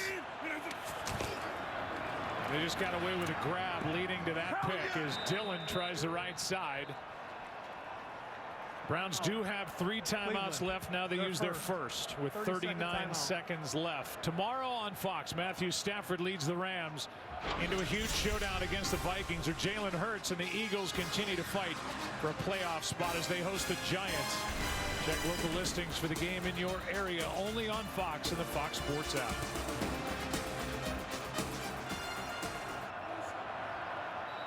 You can read Baker Mayfield's lips saying, "I can't believe it." Here's what he can't believe. No flag for this.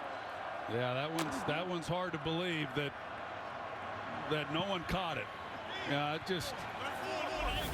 that doesn't happen quite like that very often, the way that hold took place.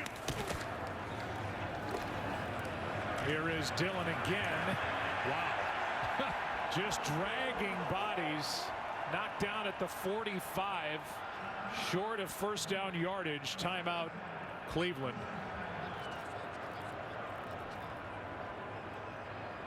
But this is a Cleveland team that's been so close so many times, as they're in danger of losing for the 6th time by 6 points or less, which would be the most in the league this season. 4 interceptions and 5 sacks by this Packers defense, but they have some work to do when they go back and watch this film with the kind of game the Browns had on the ground. Yeah, no doubt. And the game last week, I mean, this has been far from perfect for Green Bay. If they're able to finish this thing off, a couple nail biters against teams that you got the first down. And the hard count got him. Got him, yeah. He hadn't been able to get him. He was talking about it. He hasn't been able to get many defenses off sides for the free play. Defense number 97.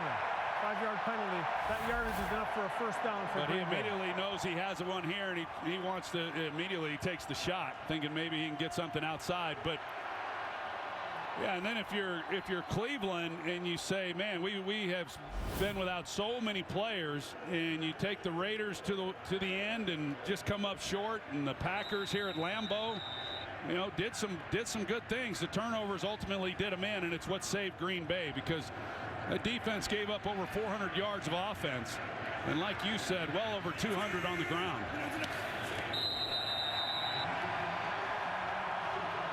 Clock will continue to run, and that'll do it.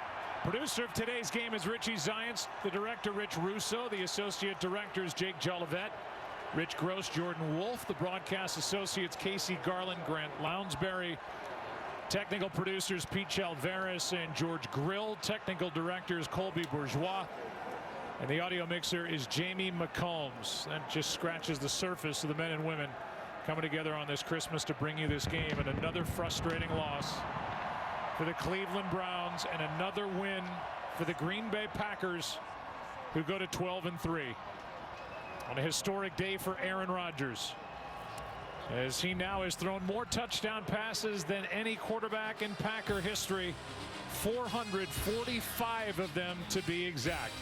Coming up next, the Progressive postgame show as the Packers win it 24-22. Thanks for watching this NFL Christmas special on Fox.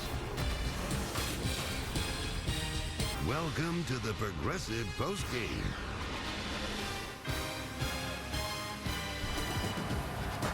Well, Baker Mayfield with a career-high 4 interceptions thrown today, 2 of them picked off by Rasul Douglas. That's his second. That's our progressive play of the game as the Packers just keep on rolling. They get the win today over the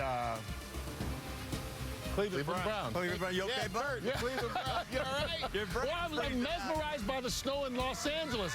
I'm wondering what's going on out here. 24-22 is the final in Green Bay as we welcome you to the Progressive Post-Game Show. Kurt Menefee along, Terry Bradshaw, Howie Long, Michael Strahan, and Jimmy Johnson. And Jimmy, before we get back to Lambeau Field and hear from some of the players out there, your take on this performance here by both teams?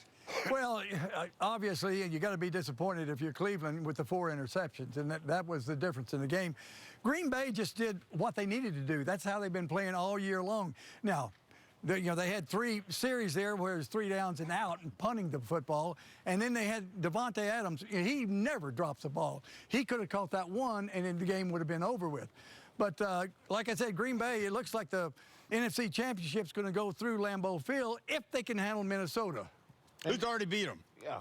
Minnesota beat them once, right. And I get, for any Browns fan, how disappointing. I mean, you have such an opportunity on the road, just the turnovers. And when you look, a lot of times you're thinking to yourself, why put yourself in these 3rd and longer situations when literally run the ball? You're averaging 9 yards or so a rush. So why not use your best weapon, which is the run game, to make it a little bit easier on Baker Mayfield so maybe he feels like he doesn't have to do too much. Because every time he tried to do too much, it resulted in a turnover, and there were so many other potential interceptions that would just drop. Like that's what you said. Michael, but they knew that going in because Green Bay had been giving up 4.5 yards a carry, so that was their weakness, was their run defense. Didn't take advantage. Let me ask you this. This is all speculation, obviously, on our part, but Baker Mayfield had COVID, and he was out. Wasn't even, a lot of these guys are coming back in 5 days now. He was out for more than the full 10 days. Wasn't able to come back until yesterday. Didn't practice at all, whether it was the lack of practice or physically not being able to do it. We talked about it a little bit earlier. I think Baker trying to match Aaron Rodgers is a mistake. And Aaron Rodgers, how many weeks has it been since Aaron Rodgers has practiced? That gives you Aaron Rodgers just at a different level. And for Baker to be out that long, and I think it served Baker well to be healthy.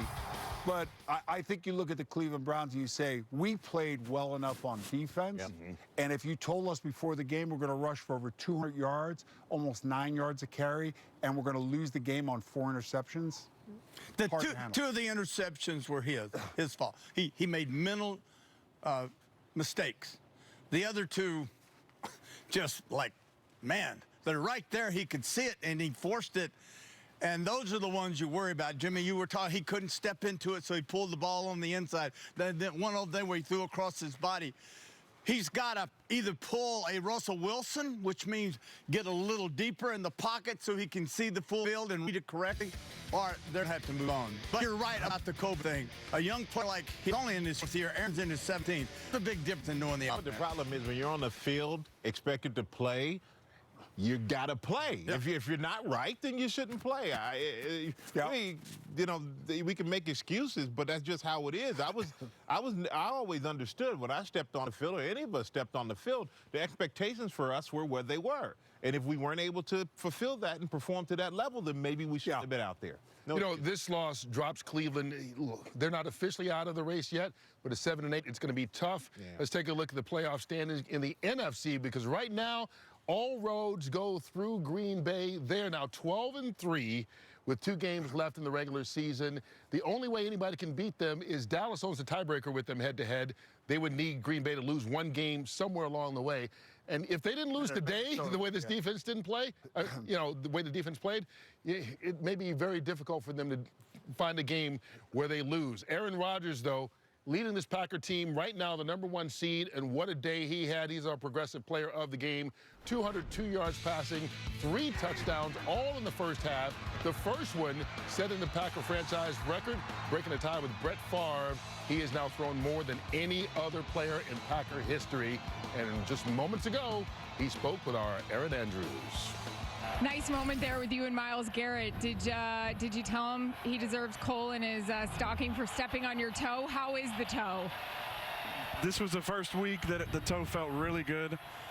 So I was disappointed to get stepped on and just kind of set it right back to where I was a few weeks ago. But look, I mean, that's the way it goes. Wasn't on purpose. It's frustrating, but we got the win. And you got the record. Congratulations right now. You break the record for most touchdown passes in team history. I told you this week. I loved listening to your press conferences, how grateful you were for your teammates, your coaches. What does it mean to you now that you have it? It's a lot of touchdowns. And like I said this week, it's a lot of moments in those touchdowns. And it's almost apropos that I threw the record breaker on double stick, which is a base concept in the West Coast offense I learned 17 years ago. And that's just full circle. I'm very fortunate to have played with the guys I've played with, to be coached by the men I was coached by over the years. And I've just so much respect and gratitude for this game. Appreciate Brett with the shout out. I got to sit behind a legend for 3 years and see what greatness looked like firsthand. And that's an experience that changed my life forever. And I'm so fortunate to be able to play here in this stadium with these fans and on this great organization for the last 17 years. This is it's a longevity record, but it's one I'm really proud of. They're chanting MVP. This is a pretty cool moment. What does this mean? This is what it's all about. I mean, it's Christmas night in Lambeau. Like I said last week, where would you rather be? It's a special place, and I'm eternally blessed, and I don't lose sight of that. I think that's the most important thing as you get older, having that perspective of living a life, counting your blessings, not the things that you don't have. And I have a lot of blessings here in Green Bay, and I'm really thankful to be here, and wish everybody a Merry Christmas. Final question, can I ask you? Brett said it on the Jumbotron, and for those of you at home that may have missed it, congrats on breaking his record. Now go out and win a Super Bowl. What do you have to say about that? Well, that's the goal for sure. I mean, this was an important one. Team fighting for their playoff lives. You know, we got a little conservative in the fourth quarter, but we got a first down when it counted, and obviously Rasul and the defense has been so incredible. I mean, talk about an all-time pickup midseason. Rasul Douglas has changed our defense, changed our team, and I'm proud of our guys. It's not pretty, but it's a win. And we're 12-3 and still in control of everything we need to control right now. And you got the record. Merry Christmas. Same to you. You listen to Aaron Rodgers, and he's a happy man. He's happy with his situation. He's happy with the Green Bay Packers. He's happy with the coaches. And how do you leave that and go to something that's an uncertainty? You know, how do you leave that and go to a team that you don't know who the players are, you don't know who the coaches are, on and on. He's a happy man. I'd say he stays in Green Bay. I said that last week. I like seeing him laugh. Yeah. I've never seen this. I've never seen this. Yeah. Love. He's a different guy this year, and I don't know if the offseason created this new Aaron Rodgers we're seeing, or maybe this is the Aaron Rodgers we have never seen. I'm not real sure about that, but he does look happy. He does look like he appreciates where he is. And listen, grass is not always greener. You got to take that running game with you, and those players with you, and that offensive line with you. The coaching. I'd say he stays. They brought the kind of the grass was greener a few years ago before they brought LaFleur in. He was looking at all these kind of West Coast offense with Shanahan and McVay and all the things they were doing, the bells and whistles, and they brought that to Green Bay. And I think, it's been a perfect fit, and I think LaFleur's been a perfect fit for him. I don't see him leaving. I'd be shocked if he did. I think we all would be, but it's more than just him, because if you lose him, Davante Adams, he's going to leave with them. So I think it's bigger than just having Aaron Rodgers leave Green Bay. I think they lose a lot with it. And this is the guy, you can say the grass is not always greener, and I do agree with that. But I think a lot of guys are probably going to look around and go, well, look what Tom Brady did. He proved that he can go anywhere and win on his terms where he wanted to be. So it's always that challenge and always that mindset. But if you were to look from the outside looking in right now, Aaron Rodgers looks about as happy and content and satisfied as he's ever looked in his career. When I was kind of reported that it had to do with drafting the young man, number one, the quarterback, Jordan Love, moving up and get him, and that he was unsettled about that. Listen, Pittsburgh drafted Mark Malone in the first round, and I welcomed Mark Malone because I didn't question me. Yeah. I didn't feel like anybody was going to beat me, and so he may have needed a wide receiver, but they need to think about getting another quarterback, but I think he's past that. The number one priority for the Green Bay Packers right now is get Davante Adams signed to a long-term contract. If Adams signs, then I guarantee you Aaron Rodgers is going to say, hey, I want to stay with He may be waiting to see if Aaron stays. And a lot of it comes down to this. I mean, they've been to 2 straight NFC championship games. How does this season end? It looks like we're probably going to be going to Green Bay maybe for the NFC championship game. They had it there last year. Tampa Bay went up there and beat them. Can somebody go up there and beat Green Bay? Who knows? You know what? It looks like we're going to Green Bay. But you look at this situation, and you see Aaron Rodgers. He's smiling. He's happy. He's relaxed. Did anybody see us being here in August? Remember, it was, will he show up for training camp? Won't he show up for training camp? No, he hates everybody. everybody. A fake snowfield. Yeah. In LA. A lot of things we didn't imagine in August, but we've got that right here. And he he's mentioned so Rasul beloved. Douglas. Yeah. To be so beloved by a community, that is hard to give up, my friend. Yeah. He mentioned Rasul Douglas, his 2 interceptions today, a big part of this defense performance. We're going to talk to him in just a moment. We've got much more going on here on the Progressive Postgame as we continue, and the NFL Christmas doubleheader continues next over on the NFL Network. Jonathan Taylor and the Colts take on Kyler Murray and the Cardinals. It's a big matchup with big playoff implications. That's next on the NFL Network and the NFL app. But more of the Progressive Postgame coming your way. Aaron Rodgers and the Packers continue to roll, holding on to the #1 seed and enjoying it with the home folks on Christmas Day. Not a bad combo.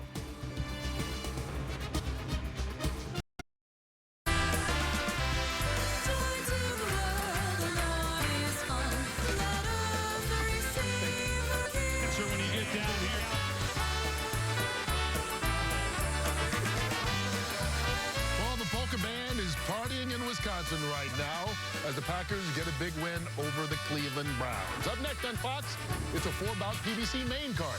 There's unbeaten middleweight prospect Joey Spencer, who's fighting in the co-feature bout, and phenom Vito Melnicki Jr. takes on Nicholas Colomba in the main event. That's coming up next right here on Fox and on the Fox Sports app.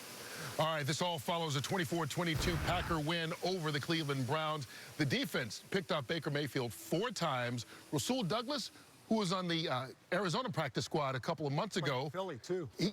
6 teams in 5 years in the NFL for the former 3rd-round pick. He has bounced around, but he seemingly has found a home in Green Bay, where he's got 4 interceptions in the last 4 games, including 2 today. He, moments ago, spoke with Aaron Andrews as well. 4 picks today for this defense. You had 2 of them as Mercedes Lewis comes over and gives you a little Christmas love there. Yes, sir. 3 picks for you here at Lambeau. What's going right for you? I don't know. The coaches have put me in a good position to just make plays, and I'm making them. We talked about it before when you walked over. You were on 5 teams this year, including the Packers. Why? Why are you having so much success with this group? Oh, my God.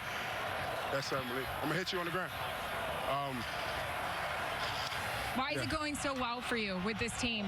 I have no idea. It just feels good here with the coaches, the players, Lambeau, everything just feels great. Yeah, I'm sure. Joe Barry said sometimes it just clicks. I mean, on Christmas Day, it clicked, obviously, for you at Lambeau. Yeah. How much are you enjoying it? I'm just look around. Yeah, oh my goodness, man. I don't know what to say right now.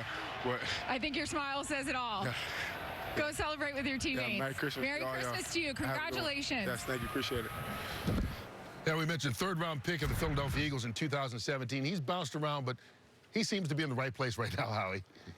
Yeah, and, you know, I think the personnel department in Green Bay kind of been in question throughout the course of the, preseason and then through the early part of the season. But a guy like this picked up off the street, and, you go back to the Arizona game. Arizona drives the ball 90-plus yards for what would look to be the game-winning, touchdown. And he's the guy that gets the pick. And he was on Arizona's practice squad. It's a remarkable, how do you explain this guy being on this many teams and struggling to find a spot? Maybe. And it's a great fit. Maybe it's better coaching. I mean, seriously, maybe it's better coaching. Or coaching that fits him better. Exactly. Yeah. And the routine. It's either jamming, run, rack. He's got great hands. He's got great quickness. And you sit here and you go, how's this possible? But, they did it. But opposing teams going into Lambeau are playing the Packers right now. They've got to look at it and say, hey, you can run the football. Going into this game, we talked about it in the pregame show. They were giving up 4.5 yards a carry, in the running game. And it's going to be more than that now after about 200 yards or so, by Cleveland. So they've got to shore up the run defense. The only problem is an opposing team got to be good enough to keep Aaron Rodgers in check. Because if they'll keep him in check, then they can run the football and keep it in a low-scoring game. But Cleveland ran the football. Yeah, running the ball, when it gets cold up there, that's how you win. You run the ball in that weather. It's not the best weather to throw the ball. So whoever goes in there, that's going to be a challenge for this defense. Yeah. Show up the running game, because if they don't, they're going to give whoever's coming into Lambeau a bigger advantage than they possibly should have coming into But name me one NFC team now that Fournette is out in Tampa Bay. Name me one NFC team that's got a healthy running back. Dalvin Cook with the Vikings down right now. I'll tell you right now. Name me a team that can run. If San Francisco, and if Dallas can get Zeke and Pollard back out there together, healthy or somewhat healthy, they could be a challenge too. Yeah, and Fournette will be back too. He's going to be back healthy. Tampa Bay just has to kind of, at this point, regroup. They need to get some people healthy, get Evans back, get Fournette back, and there was a decimating game for them this past week. And Terry, you said it earlier on. Minnesota beat Green Bay earlier. They still got to play. Green Bay and Minnesota's going to play, and Dalvin Cook could be back healthy for this next outing. Yeah, but we're talking about could, all this stuff. Everybody chasing Green Bay right now. Yeah. They have set the standard, 12-3 so far, #1 seed in the NFC. Today they close out the Cleveland Browns 24-22 was the final. Joe Buck and Troy Aikman call the game. I wonder what they're thinking right now. Well, the Green Bay Packers get their 12th win of the year, and it felt a lot like last week's game on the road at Baltimore, where the Ravens got back in it. Tonight, the Browns got back in it, but they get the win, and they are right now the top seed and so dangerous in the NFC. Well, we know when you look around the league each and every week, it's hard to win, so you can't complain about that. However, I think if you're the Packers, you have to understand that you've got to play a lot better. I think of the games that we've seen of theirs over the course of this year, they haven't yet put it all together on offense or defense, and that's a good thing. I mean, here they are. They've only lost 3 ball games, 11-4 or 11-3, 12-3, whatever they are, and it's been outstanding. But yet they're going to have to be better than what they have shown if they're going to ultimately go on and do what they're capable of doing, because the last 2 weeks against teams that are really shorthanded have taken them right to the wire at times early when it looked like they could put them away, and then they've just let up. And they've got to have more of a killer instinct if they're ultimately going to get to the Super Bowl and let alone win it. Aaron Rodgers is #5 on the all-time touchdown pass list around the NFL, and NFL history's #1 here with the Green Bay Packers with 445 touchdown passes. That's got to be hard for somebody like you to even wrap your head around. Yeah, please. Bradshaw, too. Yeah, there you go. Game has changed, and Aaron Rodgers is the best in the game, and the Green Bay Packers are the best in the NFC. Guys? All right, thanks a lot, guys. How Joe and Troy mentioned, they haven't even been full strength here during this stretch. And I think Troy makes a good point. They found a way to win. 12 wins is impressive, and then the #1 seed at this point. You look at their offensive line, how banged up it's been all season long, and you look at the secondary. Alexander possibly being back, and they've had players that they've been looking to get back. Bakhtiari's a guy that, if you can get Bakhtiari back for the playoffs, left tackle for the Packers, he's an all-pro left tackle. Right now you have an undrafted free agent at left tackle. You've got a rookie 3rd, 4th round pick at left guard. You've got a rookie center, and you've got a rookie right tackle. You got Douglas. Douglas is in for Smith, who's out, who's injured at left corner. So when Smith, Alexander. So when he comes back, what do you do with the guy that's making all the interceptions? Nice problem to have, maybe it's moving a great somewhere. problem to have. Yeah. Yep. And then they hope to get Smith back, and also Kenny Clark was out with COVID.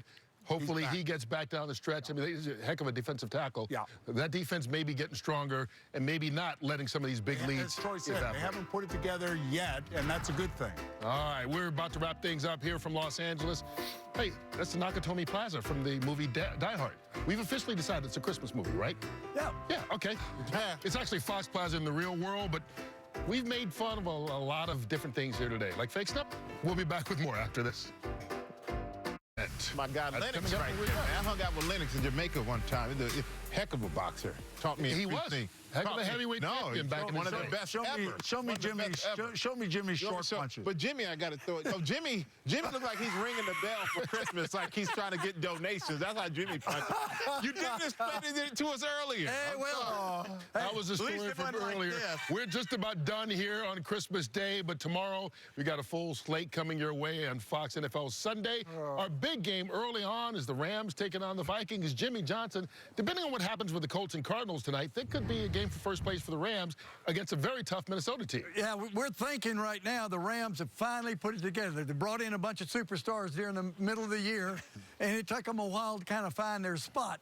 But now they're starting to roll. Now, what's happened a lot this year is just as soon as we get excited about somebody, they disappoint us. Yep. You know, but I think the Rams have put it together. They're starting to play really well. I agree. I think if Minnesota has a shot in this one with Cook out, so much of their offense is dependent on their run game and play action pass. I think it's their defensive front. I think their ability to put pressure on Matthew Stafford. That could be the key to the game.